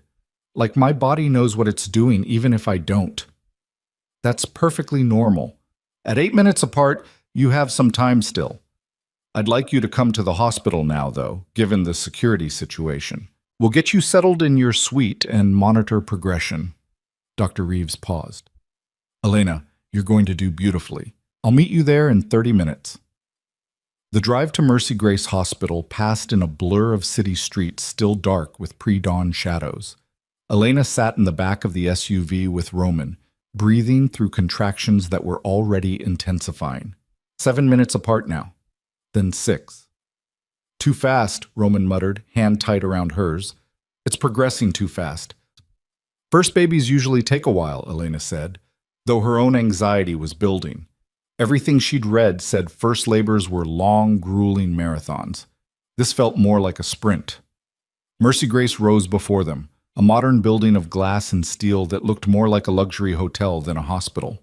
Security met them at a private entrance, whisking them through corridors empty of other patients. The private maternity suite was on the 4th floor, accessible only by key card and guarded by hospital security augmented by Roman's team. Dr. Reeves was waiting, along with 2 nurses who introduced themselves as Sophie and Marie. The suite itself was beautiful, more like a high-end hotel room than a hospital. Warm lighting, comfortable furniture, medical equipment disguised behind elegant cabinetry. "Let's see where we are, Doctor," Reeves said once Elena had changed into a hospital gown and settled on the bed. The examination revealed what Elena had suspected. "You're already at 5 centimeters. This baby is in a hurry." 5 centimeters. Halfway there. Elena's laugh came out shaky. "So much for a long first labor." "Every birth is different. Your body is doing exactly what it needs to do." Dr. Reeves pulled off his gloves. "Given the rapid progression, I'd estimate you'll be ready to push within 4 to 6 hours. How's your pain level?" "Manageable, for now." Elena gripped Roman's head as another contraction hit. They were stronger now, demanding all her focus. "We have options for pain management whenever you're ready. No pressure either way." Dr. Reeves checked the monitors. "Baby's heartbeat is strong and steady. Everything looks excellent." The next hours blurred together in a haze of increasing intensity. Contractions that had been manageable became overwhelming. Elena paced the room, draped herself over the bed, tried every position the nurses suggested. Roman stayed at her side through all of it, steady and present in a way that transcended all the complicated history between them. "Breathe with me," he murmured during a particularly brutal contraction. "In through your nose, out through your mouth." Elena wanted to snap at him that she knew how to breathe, but the steadiness of his voice actually helped. She matched her breathing to his, letting the contraction crest and fall. 7 centimeters, Sophie announced after another check. "You're doing amazing." But the pain was intensifying beyond what Elena had prepared for. She'd wanted to stay natural, to experience everything fully. Now she was reconsidering that choice with every fiber of her being. "I think I want the epidural," she gasped. "Okay, let me page the anesthesiologist." Sophie moved to the phone while Marie adjusted Elena's monitors. Roman's expression was tight with concern. "Whatever you need. No judgment." "You look terrified," Elena observed between contractions. "I am terrified. Watching you in pain and not being able to fix it." His voice cracked. "I've never felt this helpless." "Welcome to childbirth. We're all helpless here." The anesthesiologist arrived 20 minutes later, an eternity when contractions were coming every 3 minutes. The epidural placement required Elena to stay perfectly still during a contraction, which felt like an impossible ask, but Roman held her steady, hands firm on her shoulders. "Almost done," the anesthesiologist said. "You're doing great." The relief when it came was profound. The contractions continued, but the searing pain dulled to manageable pressure. Elena could breathe again, could think. "Better?" Roman asked. "So much better." Elena squeezed his hand. "Thank you for not judging me for changing my mind." "Elena, you could change your mind about everything, and I wouldn't judge you. You're bringing our daughter into the world. However you need to do that is the right way." The words settled something in Elena's chest. Maybe they couldn't make a marriage work. Maybe they'd never figure out how to be together without destroying each other. But in this moment, he was exactly what she needed. By noon, Elena was at 9 centimeters. "Doctor." Reeves checked her progress and nodded with satisfaction. "Almost there. Another centimeter, and we can start pushing." "How much longer?" Elena asked. "Could be 30 minutes, could be 2 hours. Babies come on their own schedule." Dr. Reeves's phone buzzed. He checked it, and his expression shifted subtly. "Roman, can I speak with you outside for a moment?" Roman's entire body went tense. "Whatever it is, say it here." Dr. Reeves glanced at Elena. "It's about security." "Then she definitely needs to hear it." Roman's hand tightened around Elena's. "What's happened?" The doctor sighed. "Detective Morrison called. There's been suspicious activity around the hospital. A vehicle matching the description of the sedan from the boutique incident was spotted in the parking garage 30 minutes ago." Elena's breath caught. "They're here? They followed us?" "We don't know for certain," Dr. Reeves said quickly. "Hospital security is investigating. Detective Morrison is on his way. But Roman, we need to make a decision about security protocols." "Lock down the floor," Roman said immediately. "No one in or out without explicit clearance.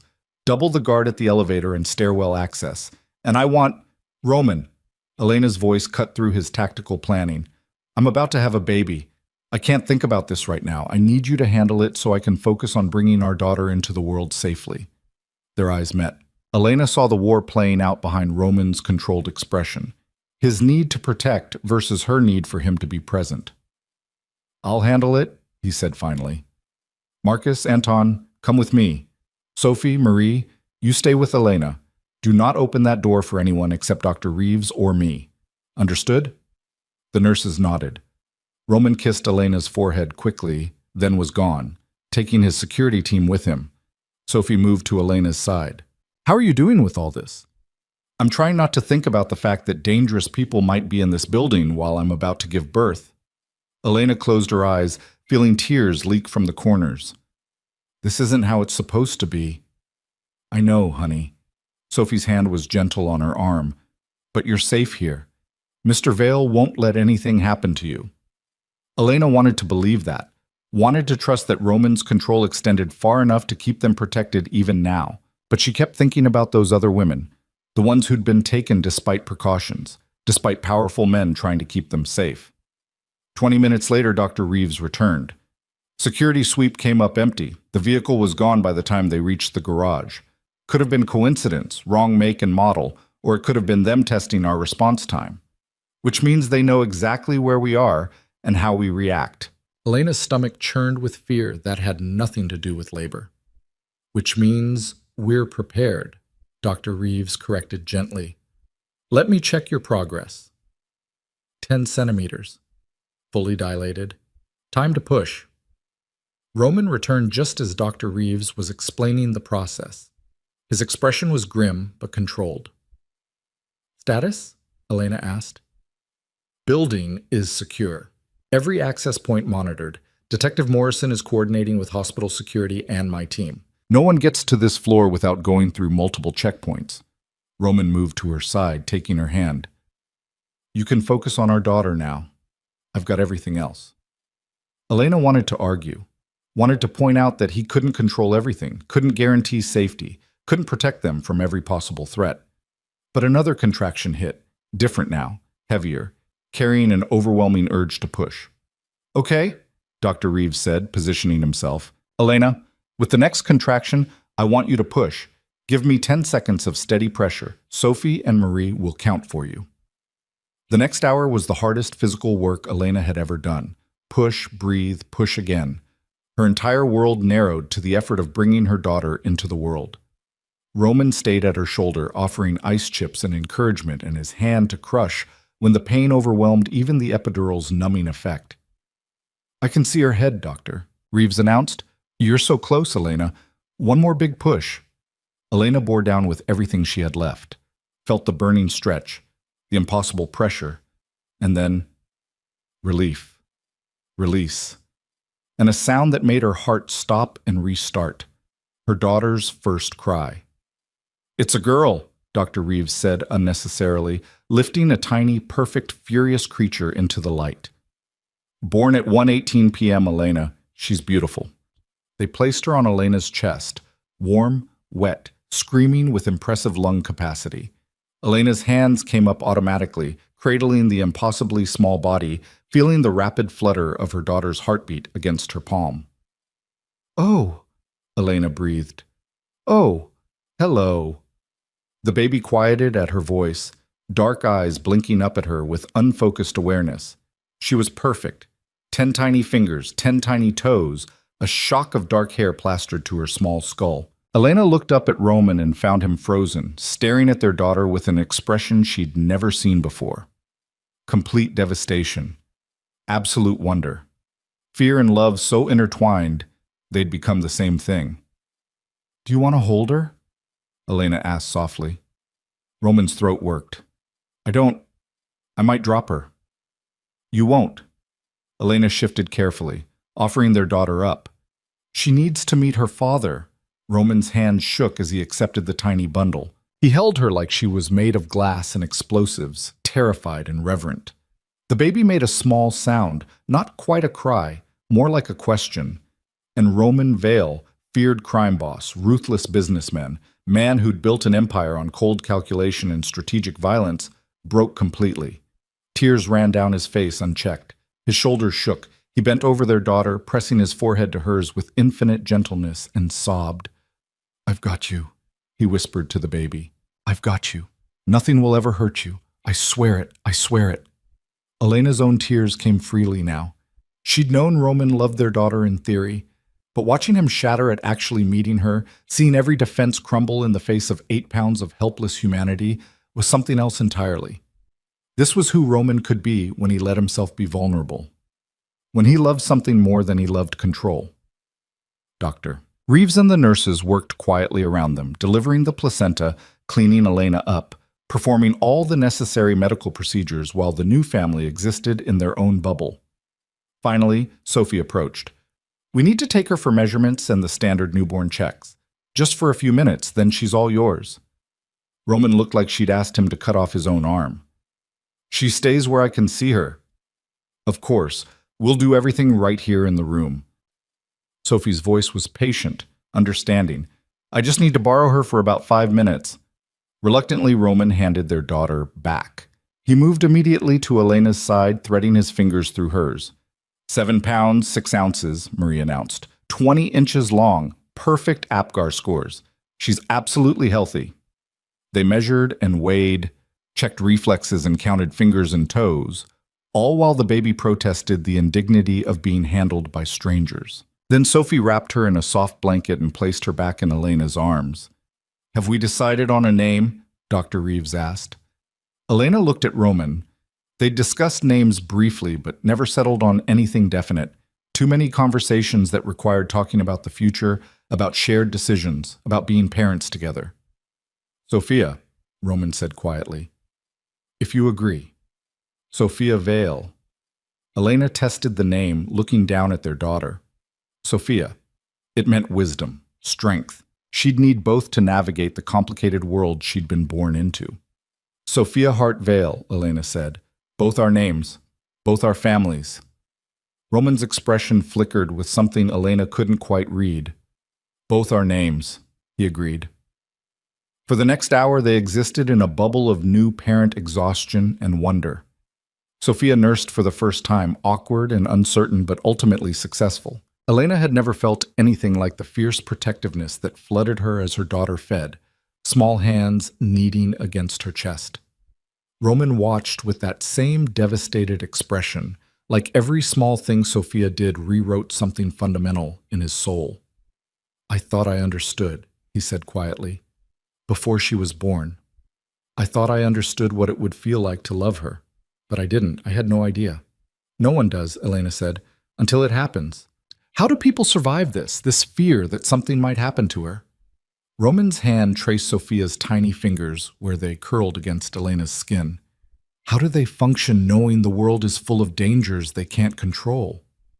"They do what we're going to do. Love her, protect her as best we can, and trust that it's enough." Roman's laugh was bitter. "Trust has never been my strong suit." "I know." Elena shifted Sophia to her shoulder, rubbing the baby's back in small circles. "But you're going to have to learn. Because she deserves parents who can give her room to grow, not just walls to keep her safe." Before Roman could respond, a sharp knock sounded at the door. Marcus's voice came through. "Mr. Vale? Detective Morrison is here. Says it's urgent." Roman's expression hardened instantly. "I'll be right back." "Roman," Elena started, but he was already moving to the door, slipping out with the controlled urgency of a man walking into battle. Sophie appeared at Elena's side. "Let me take Sophia so you can rest. You've been through a lot today." Elena wanted to refuse, wanted to keep holding her daughter forever, but exhaustion was catching up with her, and Sophie was right. She needed to recover. She let the nurse take Sophia to the small bassinet beside the bed, close enough to touch, but separate. Then she lay back against the pillows, body aching in ways she'd never imagined, and tried not to think about whatever urgent news had brought Detective Morrison here on the day their daughter was born. Outside the room, she could hear low voices, urgent tones, Roman's carefully controlled responses. Something was wrong, something beyond the general wrongness of their situation. Elena must have dozed because she woke to find Roman standing over Sophia's bassinet, staring down at their sleeping daughter, with an expression that made Elena's chest tight. "What happened?" she asked. Roman looked up. "Morrison has a lead, one of the men from the sedan. Someone in his organization recognized him. Small-time operator who works as a contractor for various interests. He's willing to talk in exchange for immunity." "That's good, isn't it? We can finally know who's behind this." "Maybe." Roman's jaw was tight. "Or maybe it's exactly what they want us to think. Maybe they're feeding us information to manipulate our response." Elena struggled to sit up. "You don't trust it." "I don't trust anything when it comes to our daughter's safety." Roman moved to her bedside, helping her adjust the pillows. "Morrison wants me to meet with this informant. Tonight. Get the information directly." "Absolutely not." The words came out sharp, immediate. "You're not leaving us. Not now." "Elena." "No, Roman. Our daughter is hours old. We're in a hospital with people who want to hurt us somewhere nearby.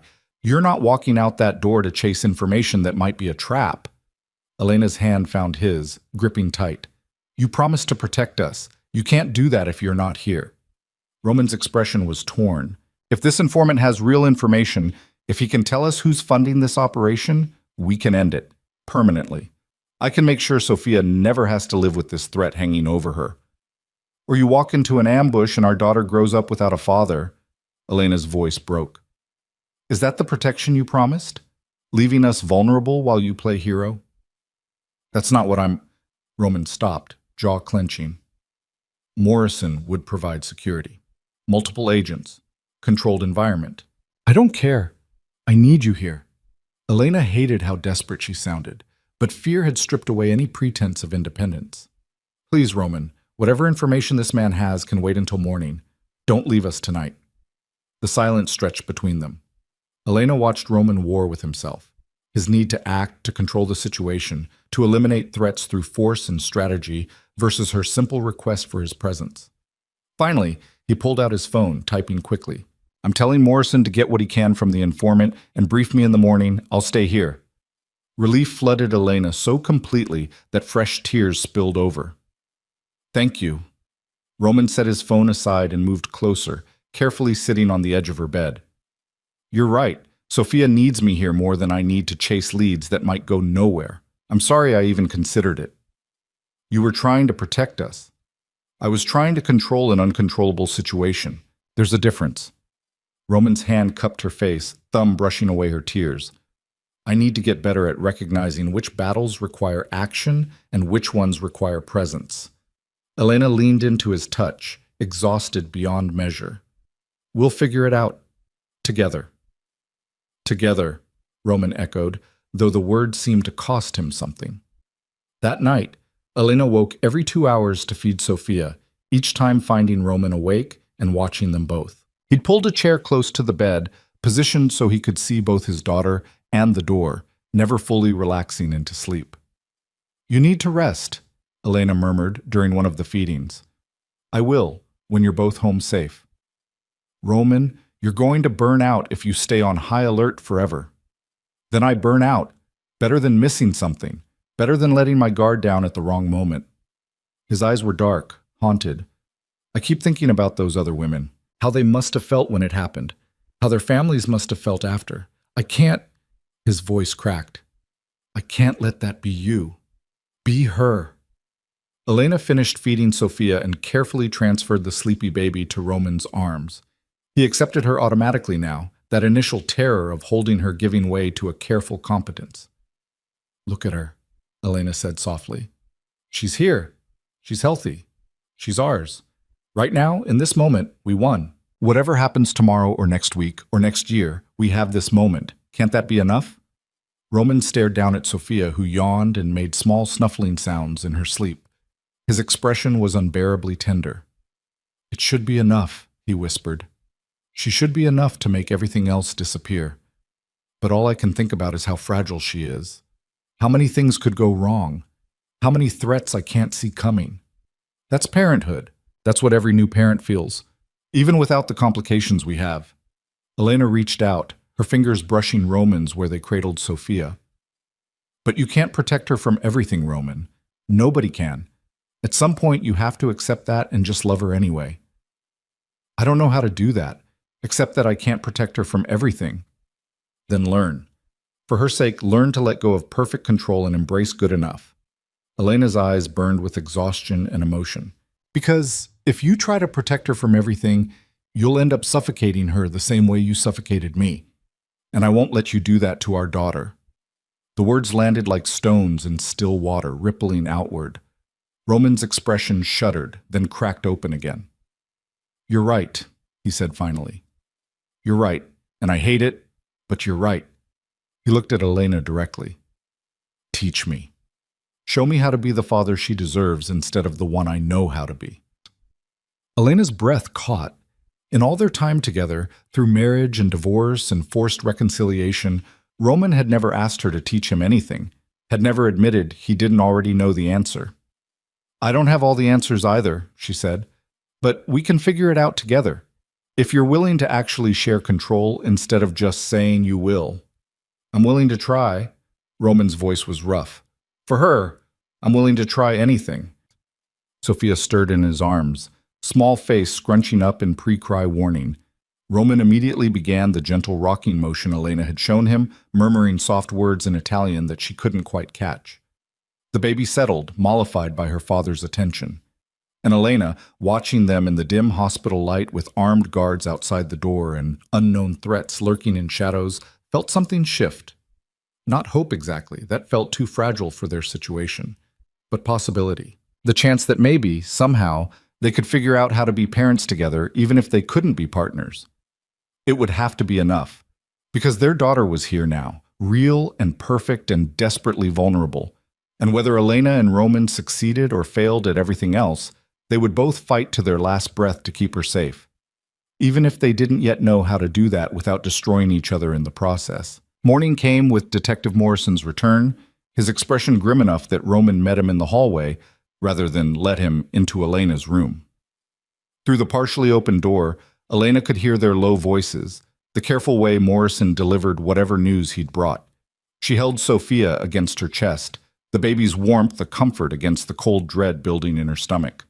Something had changed, something that made Roman's shoulders go rigid, and his voice dropped to that dangerous quiet that meant he was calculating violence. When Roman finally returned, his face was a careful mask.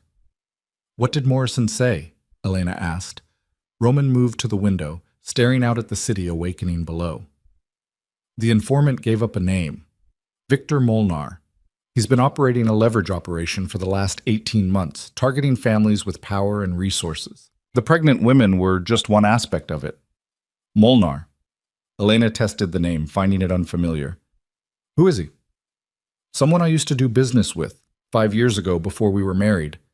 Roman's hands clenched into fists at his sides. "I cut ties when his methods became too brutal even for my standards. Apparently he's been holding a grudge."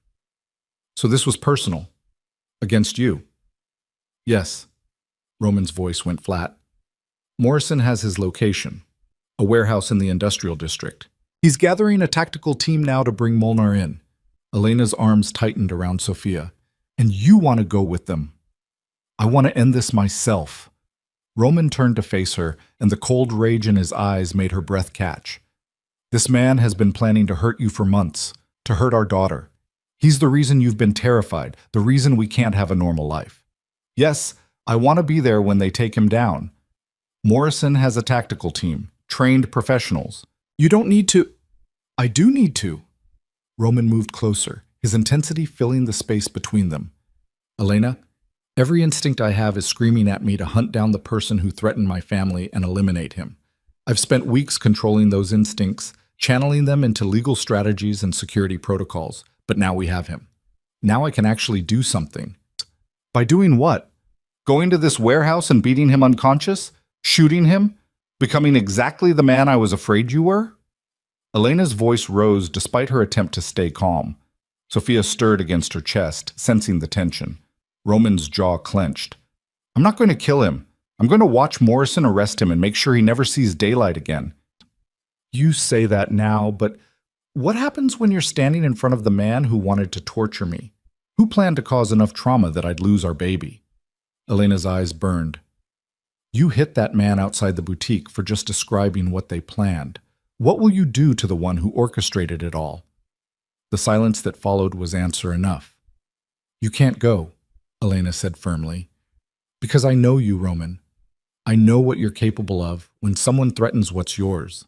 And if you go there, if you let yourself become that person, you'll never fully come back. And Sophia deserves a father who isn't haunted by whatever he does in that warehouse. She deserves a father who protects her from monsters. She has that, right here."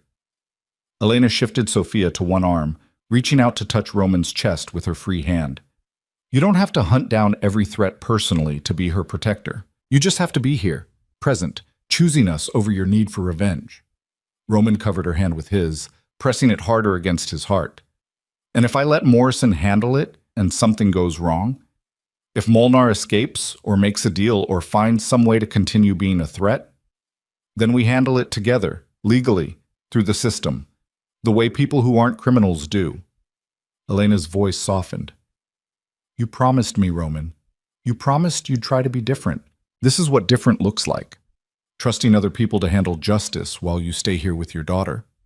Roman's eyes closed. It's not enough. Just staying here while someone else, it has to be enough. Because the alternative is you going there, losing control, and either ending up arrested or becoming someone our daughter will eventually fear. Elena pulled her hand back. So you choose. Right now. You choose what kind of father you want to be. The weight of the question hung between them. Elena watched Roman war with himself, saw the struggle playing out across his features. The need for vengeance versus the promise of presence. The familiar comfort of violence versus the terrifying unknown of restraint. Finally, Roman pulled out his phone, typing quickly. I'm telling Morrison to proceed without me. I'll review the arrest reports and coordinate legal strategy from here. Elena's relief was so profound she had to blink back tears. Thank you. Don't thank me yet. I'm going to hate every second of not being there. Roman pocketed his phone, moving to look down at Sophia. But you're right. She deserves better than a father who can't control his worst impulses. The hours that followed were tense. Morrison sent updates every 30 minutes. Tactical team in position, warrant executed, building secured. Finally, at just past noon, the message they'd been waiting for came through. Victor Molnar in custody. No shots fired, clean arrest. Roman read the message aloud, his voice carefully empty of emotion. Elena watched him process it, saw the frustration and relief warring on his face. It's over, she said softly. The threat is gone. The immediate threat is gone. Molnar still has connections, people who might continue his work. Roman stopped himself, jaw clenching. But yes, the primary threat is neutralized. That afternoon, they were cleared to go home. The drive back to the penthouse felt different somehow, lighter, despite the armed security still flanking them. Sophia slept through the entire journey, blissfully unaware that the man who'd wanted to destroy her family was now in federal custody. The penthouse had been transformed during their hospital stay. The room next to Elena's guest room had been converted into a nursery. Soft gray walls, white furniture, a crib positioned where morning light would fall gently across it. Shelves held the items from their shopping trip, organized with meticulous care. When did you? Elena started. I had the team work on it while we were at the hospital. I wanted everything ready when we brought her home. Roman carried the infant car seat with exaggerated care, like Sophia might shatter if he moved too quickly. I wasn't sure about the color scheme. If you hate it, we can repaint. It's perfect. And it was. Peaceful, welcoming. A room that spoke of hope rather than fear. They spent the first night home learning Sophia's rhythms, feed every 2 hours, diaper changes that seemed impossibly frequent, the specific cry that meant hunger versus the one that meant discomfort. Roman hovered constantly, desperate to help but uncertain how. You can pick her up, Elena said at 3 a.m., watching him stand frozen beside the bassinet while Sophia fussed. You're not going to break her. I might. But Roman reached down anyway, lifting their daughter with exaggerated gentleness. Sophia quieted immediately at his warmth, small body molding to his chest. See? Natural. Elena watched them from the bed, exhaustion pulling at her bones but unable to look away from the sight of Roman cradling their daughter in the pre-dawn darkness. She's so small, Roman murmured. How is it possible that something this small can make everything else seem insignificant? That's the magic of babies. They rewrite your entire sense of scale. Elena patted the bed beside her. Come here, bring her. Roman settled carefully beside Elena, Sophia secure in his arms. For a moment they were just a family, exhausted, uncertain, but together. Morrison called while you were sleeping, Roman said quietly. Molnar's arraignment is tomorrow. Federal charges, kidnapping, conspiracy, extortion. His lawyers are already trying to make a deal, but the prosecutor thinks they have enough evidence to guarantee significant prison time. How long? 20 years minimum if convicted on all counts. Possibly more depending on what else they uncover during investigation. Roman's thumb traced gentle circles on Sophia's back. It's not death, it's not permanent elimination, but it's justice through the system, the way you wanted. Elena heard the cost in his voice, how much it went against his instincts to let the legal system handle something so personal. Thank you for trusting the process, she said. Thank you for making me better than I naturally am. Roman's eyes met hers over Sophia's small head. I don't know if I can sustain it forever, Elena. This restraint, this control. There might be situations where I fall back on old instincts. I know. I'm not asking for perfection, just effort, just the willingness to try. Elena shifted closer, resting her head on his shoulder. We'll figure it out as we go. They sat like that until Sophia needed to feed again. This small moment of peace carved out of chaos and fear and impossible circumstances.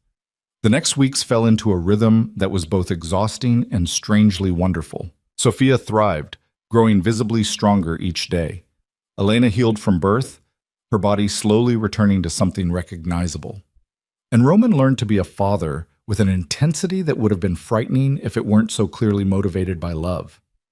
He changed diapers with military precision, mastered the specific bouncing motion that calmed Sophia when she was fussy, spent hours just watching her sleep, like he was trying to memorize every detail of her face. Detective Morrison visited weekly, bringing updates on Molnar's case and the broader investigation into the leverage operation. Other victims were coming forward. Evidence was mounting. The case was solid. He's going away for a long time, Morrison said during one visit, accepting the coffee Roman offered. And we've identified most of his network. They're all being brought in. All of them? Roman's tone suggested skepticism. The ones we can prove were involved in criminal activity, yes. Some of the peripheral players might slip through, but the core operation is finished. Morrison studied Roman carefully. You did the right thing, letting us handle this. I know it wasn't easy. It was impossible, Roman said bluntly, but necessary. My daughter deserved a father who could control himself. Morrison's expression softened. She's lucky to have you, both of you. After he left, Elena found Roman standing in the nursery, watching Sophia sleep in her crib. 2 months old now, starting to smile and make cooing sounds that melted both her parents into puddles. What are you thinking about? Elena asked softly. The future. What kind of life we can give her now that the immediate threat is gone. Roman glanced at her. You've been staying here because it was safe. Now that it is actually safe, you don't have to anymore. If you want your own place, want to work out custody arrangements. Is that what you want? Elena interrupted. For me to leave? No. The word came out too fast, too raw. But I promised you freedom. Promised this wouldn't be a cage. And I keep wondering if the only reason you're still here is because you're afraid to leave. Elena moved to the crib, looking down at their sleeping daughter. I'm still here because this is working. It's complicated and messy, and we're making it up as we go. But it's working. Sophia has both her parents under one roof. We're figuring out how to be a team instead of adversaries. Why would I want to disrupt that? Because you divorced me for good reasons. Those reasons don't disappear just because we have a child together. No, they don't. Elena turned to face him. I divorced you because you were suffocating me, because you couldn't separate protection from possession, because every decision you made came from a place of control rather than partnership. I'm still working on that. Every day I'm working on it, but I'm not cured. I still want to make decisions for you, still want to lock down every variable, but you don't. Elena moved closer. You catch yourself. You ask my opinion. You defer to my judgment on things like feeding schedules and sleep training, even when it goes against your instincts. You're trying, Roman. That's what matters. For how long? How long until I slip back into old patterns? Roman's voice carried genuine fear. How long until I start making unilateral decisions again and we're right back where we started? Then I'll call you on it. We'll fight about it. We'll work through it. Elena reached for his hand. I'm not saying we should remarry or pretend the past didn't happen, but I'm saying that we're building something new here, something that might actually work if we're both willing to keep trying. Roman pulled her closer, careful of her still healing body. I don't deserve you. Don't deserve the patience you've shown or the chances you've given me. Probably not, Elena agreed with a small smile. But you deserve your daughter, and she deserves to have both her parents actively choosing to make this work. Sophia stirred in her crib, making the small sounds that meant she'd wake fully in the next few minutes. They both turned to watch her, this tiny person who'd changed everything without trying. I have something to show you, Roman said after a moment. Something I've been working on. He led Elena to his office, a room she rarely entered, filled with monitors and files and the infrastructure of his business empire. But today, the desk held architectural plans spread across its surface. "What is this?" Elena asked, moving closer to examine the detailed drawings. "A house, outside the city. About an hour's drive." Roman pointed to various features on the plans. 4 bedrooms, proper yard, garden space, windows that don't feel like fish bowls. "I bought the land 3 weeks ago and commissioned the design." Elena stared at the plans, heart hammering. "You want to leave the penthouse?"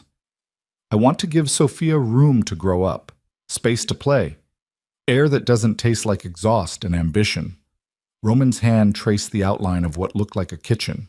"And I want to give you a home that doesn't come with memories of our failed marriage, a place we build together instead of one I built to contain you."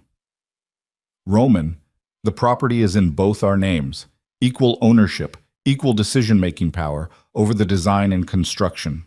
He pulled out another document.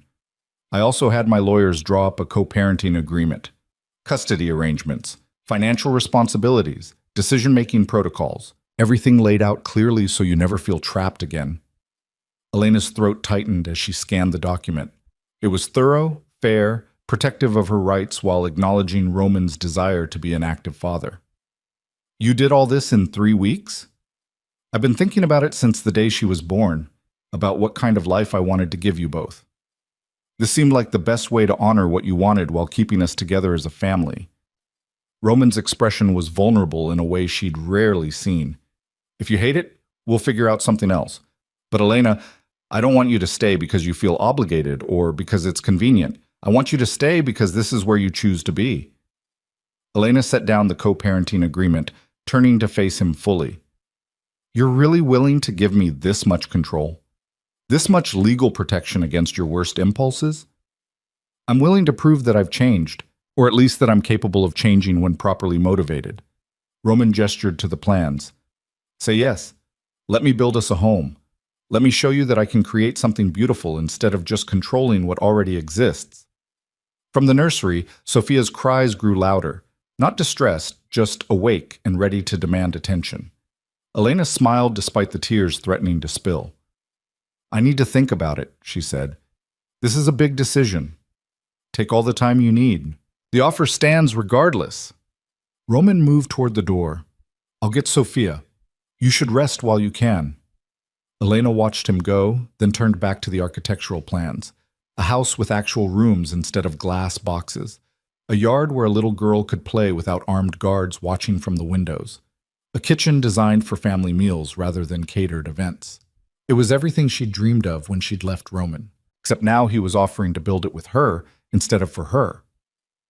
Over the next month, Elena spent hours reviewing the plans, suggesting changes, arguing with Roman about everything from window placement to bathroom fixtures. They fought about practical things, budget, timelines, construction materials, with the passion of people who actually cared about the outcome. It felt like partnership, like building something together instead of one person dictating terms. Sophia grew stronger, started sleeping in longer stretches, began reaching for things with determined focus. She smiled at both her parents with equal enthusiasm, already adept at wrapping them both around her tiny fingers. Elena watched Roman with their daughter and saw the transformation continue. He was patient when Sophia cried, gentle when she needed comfort, playful in ways Elena had never imagined he could be. He made ridiculous faces to elicit giggles. He sang off-key Italian lullabies. He let Sophia grab his hair and pull without flinching, and slowly, carefully, Elena felt her guard dropping. Not all the way. There was too much history for that, but enough to let herself imagine a future that wasn't defined by fear or control. The house was completed in 6 months, rising from the earth like a promise-made manifest. Wood and stone and glass that opened onto sky instead of trapping it. Rooms that felt spacious without being cavernous. A nursery with windows overlooking a garden that was still just dirt and potential. They moved in on a Saturday in early autumn, Sophia now 6 months old and impossibly curious about her new surroundings. The security system was state-of-the-art but subtle. No guards stationed visibly, no panic rooms disguised as closets, just the baseline protection any wealthy family might install. Elena stood in the master bedroom, separate from Roman's room down the hall, maintaining boundaries even as they built shared space, and felt something in her chest expand. This was hers. Legally, emotionally, practically hers. Not a guest room in someone else's home. Her space. Her choice. What do you think? Roman appeared in the doorway, Sophia balanced on his hip. Their daughter babbled happily, reaching for the light fixture. I think it's perfect, Elena said honestly. I think you actually listened to what I wanted and built it. I had good motivation. Roman moved into the room, Sophia's small hand tangled in his shirt. Happy family is better than controlled family. Took me long enough to figure that out. Better late than never. Elena reached for Sophia, who came willingly, patting her mother's face with enthusiastic, if uncoordinated, affection. And you're still figuring it out. We both are. Does that mean you'll stay? Not just for now, but actually stay? Roman's voice carried an uncertainty Elena had never heard before. Help me raise our daughter here instead of splitting time and negotiating custody through lawyers? Elena looked around the room again. Her room. In their house. Where Sophia would grow up with both parents present, if imperfect. I'll stay, she said. Not because I have to. Not because I'm afraid. But because this is where I choose to be. The relief that crossed Roman's face was profound. Thank you. Don't thank me. Just keep trying. Keep choosing us over control. Keep being the father our daughter deserves. Every day, Roman promised. Every single day. That night, after Sophia was asleep in her new nursery and the house was quiet around them, Elena found Roman standing in the backyard. The garden was still mostly dirt and planning, but the bones of something beautiful were there. Planning your empire of roses? She asked, moving to stand beside him. Planning Sophia's childhood.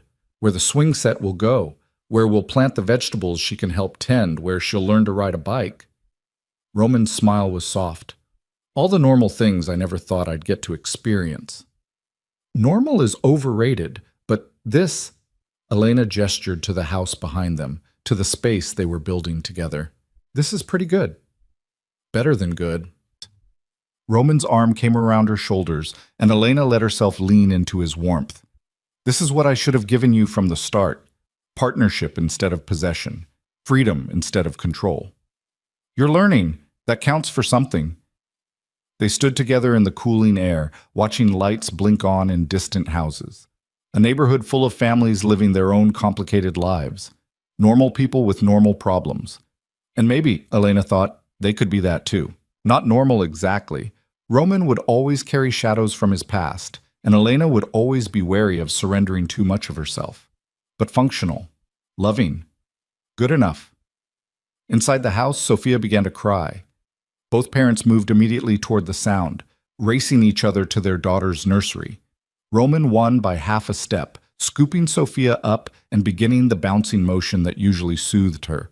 But tonight, she was inconsolable. Crying turned to wailing, small face red with distress. What's wrong? Roman's panic was immediate. Is she hurt? Should I call Dr. Reeves? She's fine, just fussy. Elena took Sophia, checking her diaper, her temperature, all the usual culprits. Nothing obviously wrong. Sometimes babies just cry. But why? What does she need? Maybe nothing. Maybe she just needs to cry it out. Elena began her own rocking rhythm, humming softly. Not everything can be fixed, Roman. Sometimes you just have to be present while someone you love is uncomfortable. Roman watched them, clearly struggling with this concept. I should be able to do something. You are doing something. You're here. You care. That's enough.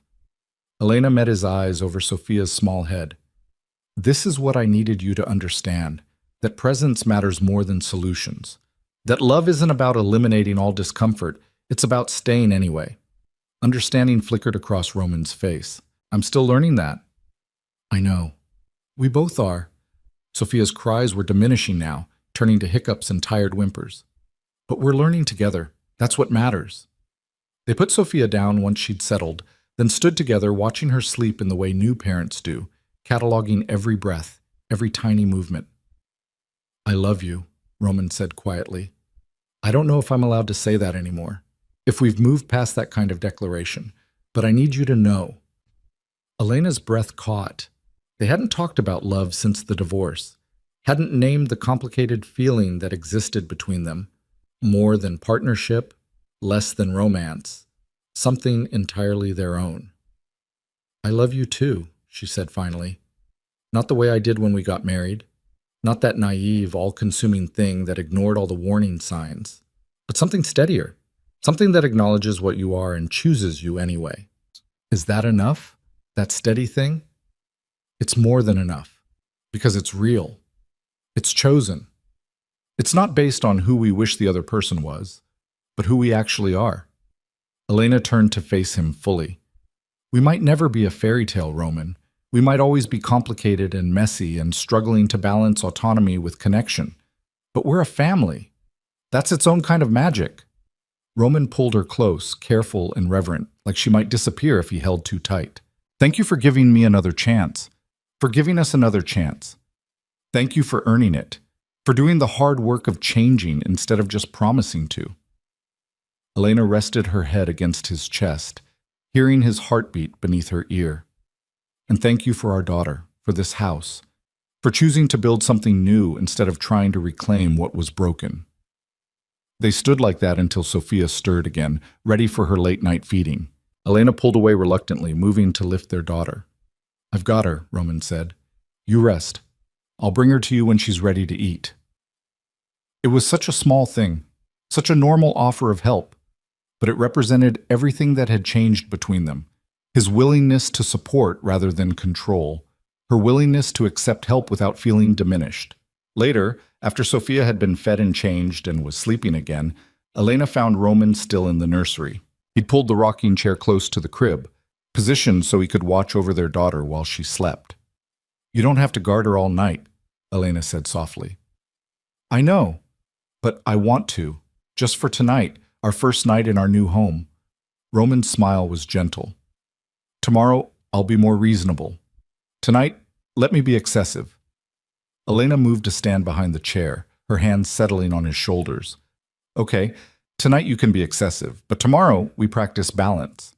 Tomorrow we practice balance, Roman agreed. And they did.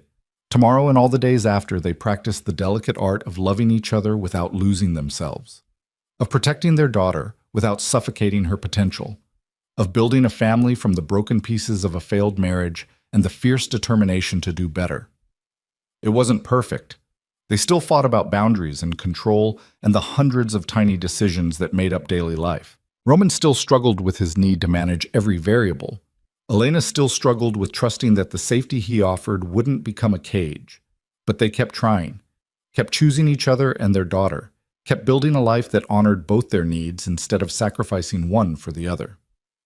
6 months later, on Sophia's first birthday, Elena stood in their garden watching Roman teach their daughter to chase butterflies through the flowering plants they'd cultivated together. Sophia shrieked with laughter, stumbling on unsteady legs, absolutely fearless in her pursuit of beauty.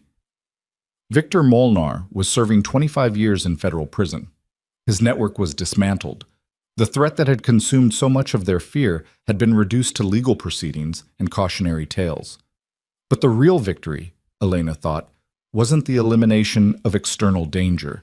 It was this, a child laughing in a garden, surrounded by parents who'd learned to love each other differently, who'd chosen partnership over possession, who'd built something real from the ashes of something broken.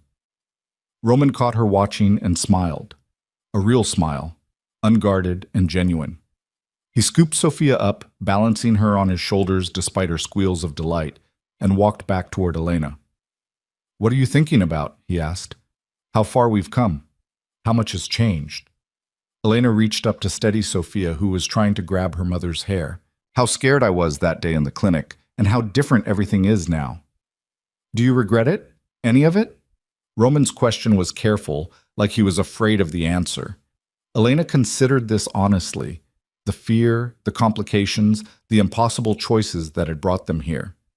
No, she said finally, because all of it led to her, to this, to us learning how to be better than we were. She met his eyes over their daughter's head. We're not perfect, Roman. We probably never will be, but we're good enough. For her. for each other. That's what matters. Sophia chose that moment to grab both her parents' faces, pulling them together with the determined force of a 1-year-old who knew what she wanted. She babbled something unintelligible but clearly pleased with herself. And there, in the garden they'd built together, with their daughter between them, and the future stretching out in all its uncertain promise, Elena and Roman laughed. Not because everything was fixed or figured out, but because they'd learned that love didn't require perfection. It only required presence, choice, and the courage to keep building something beautiful from complicated materials. Their daughter grew up in that house, surrounded by the evidence of her parents' transformation. She learned that protection didn't mean possession, that love could be fierce without being suffocating, that people could change when they had reason enough to try. And years later, when Sophia asked about the scars on her father's knuckles or why there were so many locks on the doors, Elena and Roman told her the truth. Not the sanitized version, but the real story of fear and threat, and two people learning to be better than they'd been. Because their daughter deserved to know that love wasn't always easy, that families were built from hard work and harder choices, that protection sometimes looked like violence and freedom sometimes looked like staying. But most of all, she deserved to know that she was worth it. Every struggle, every compromise, every moment her parents chose to build instead of break. She was worth it all. And in the end, that was the only story that mattered.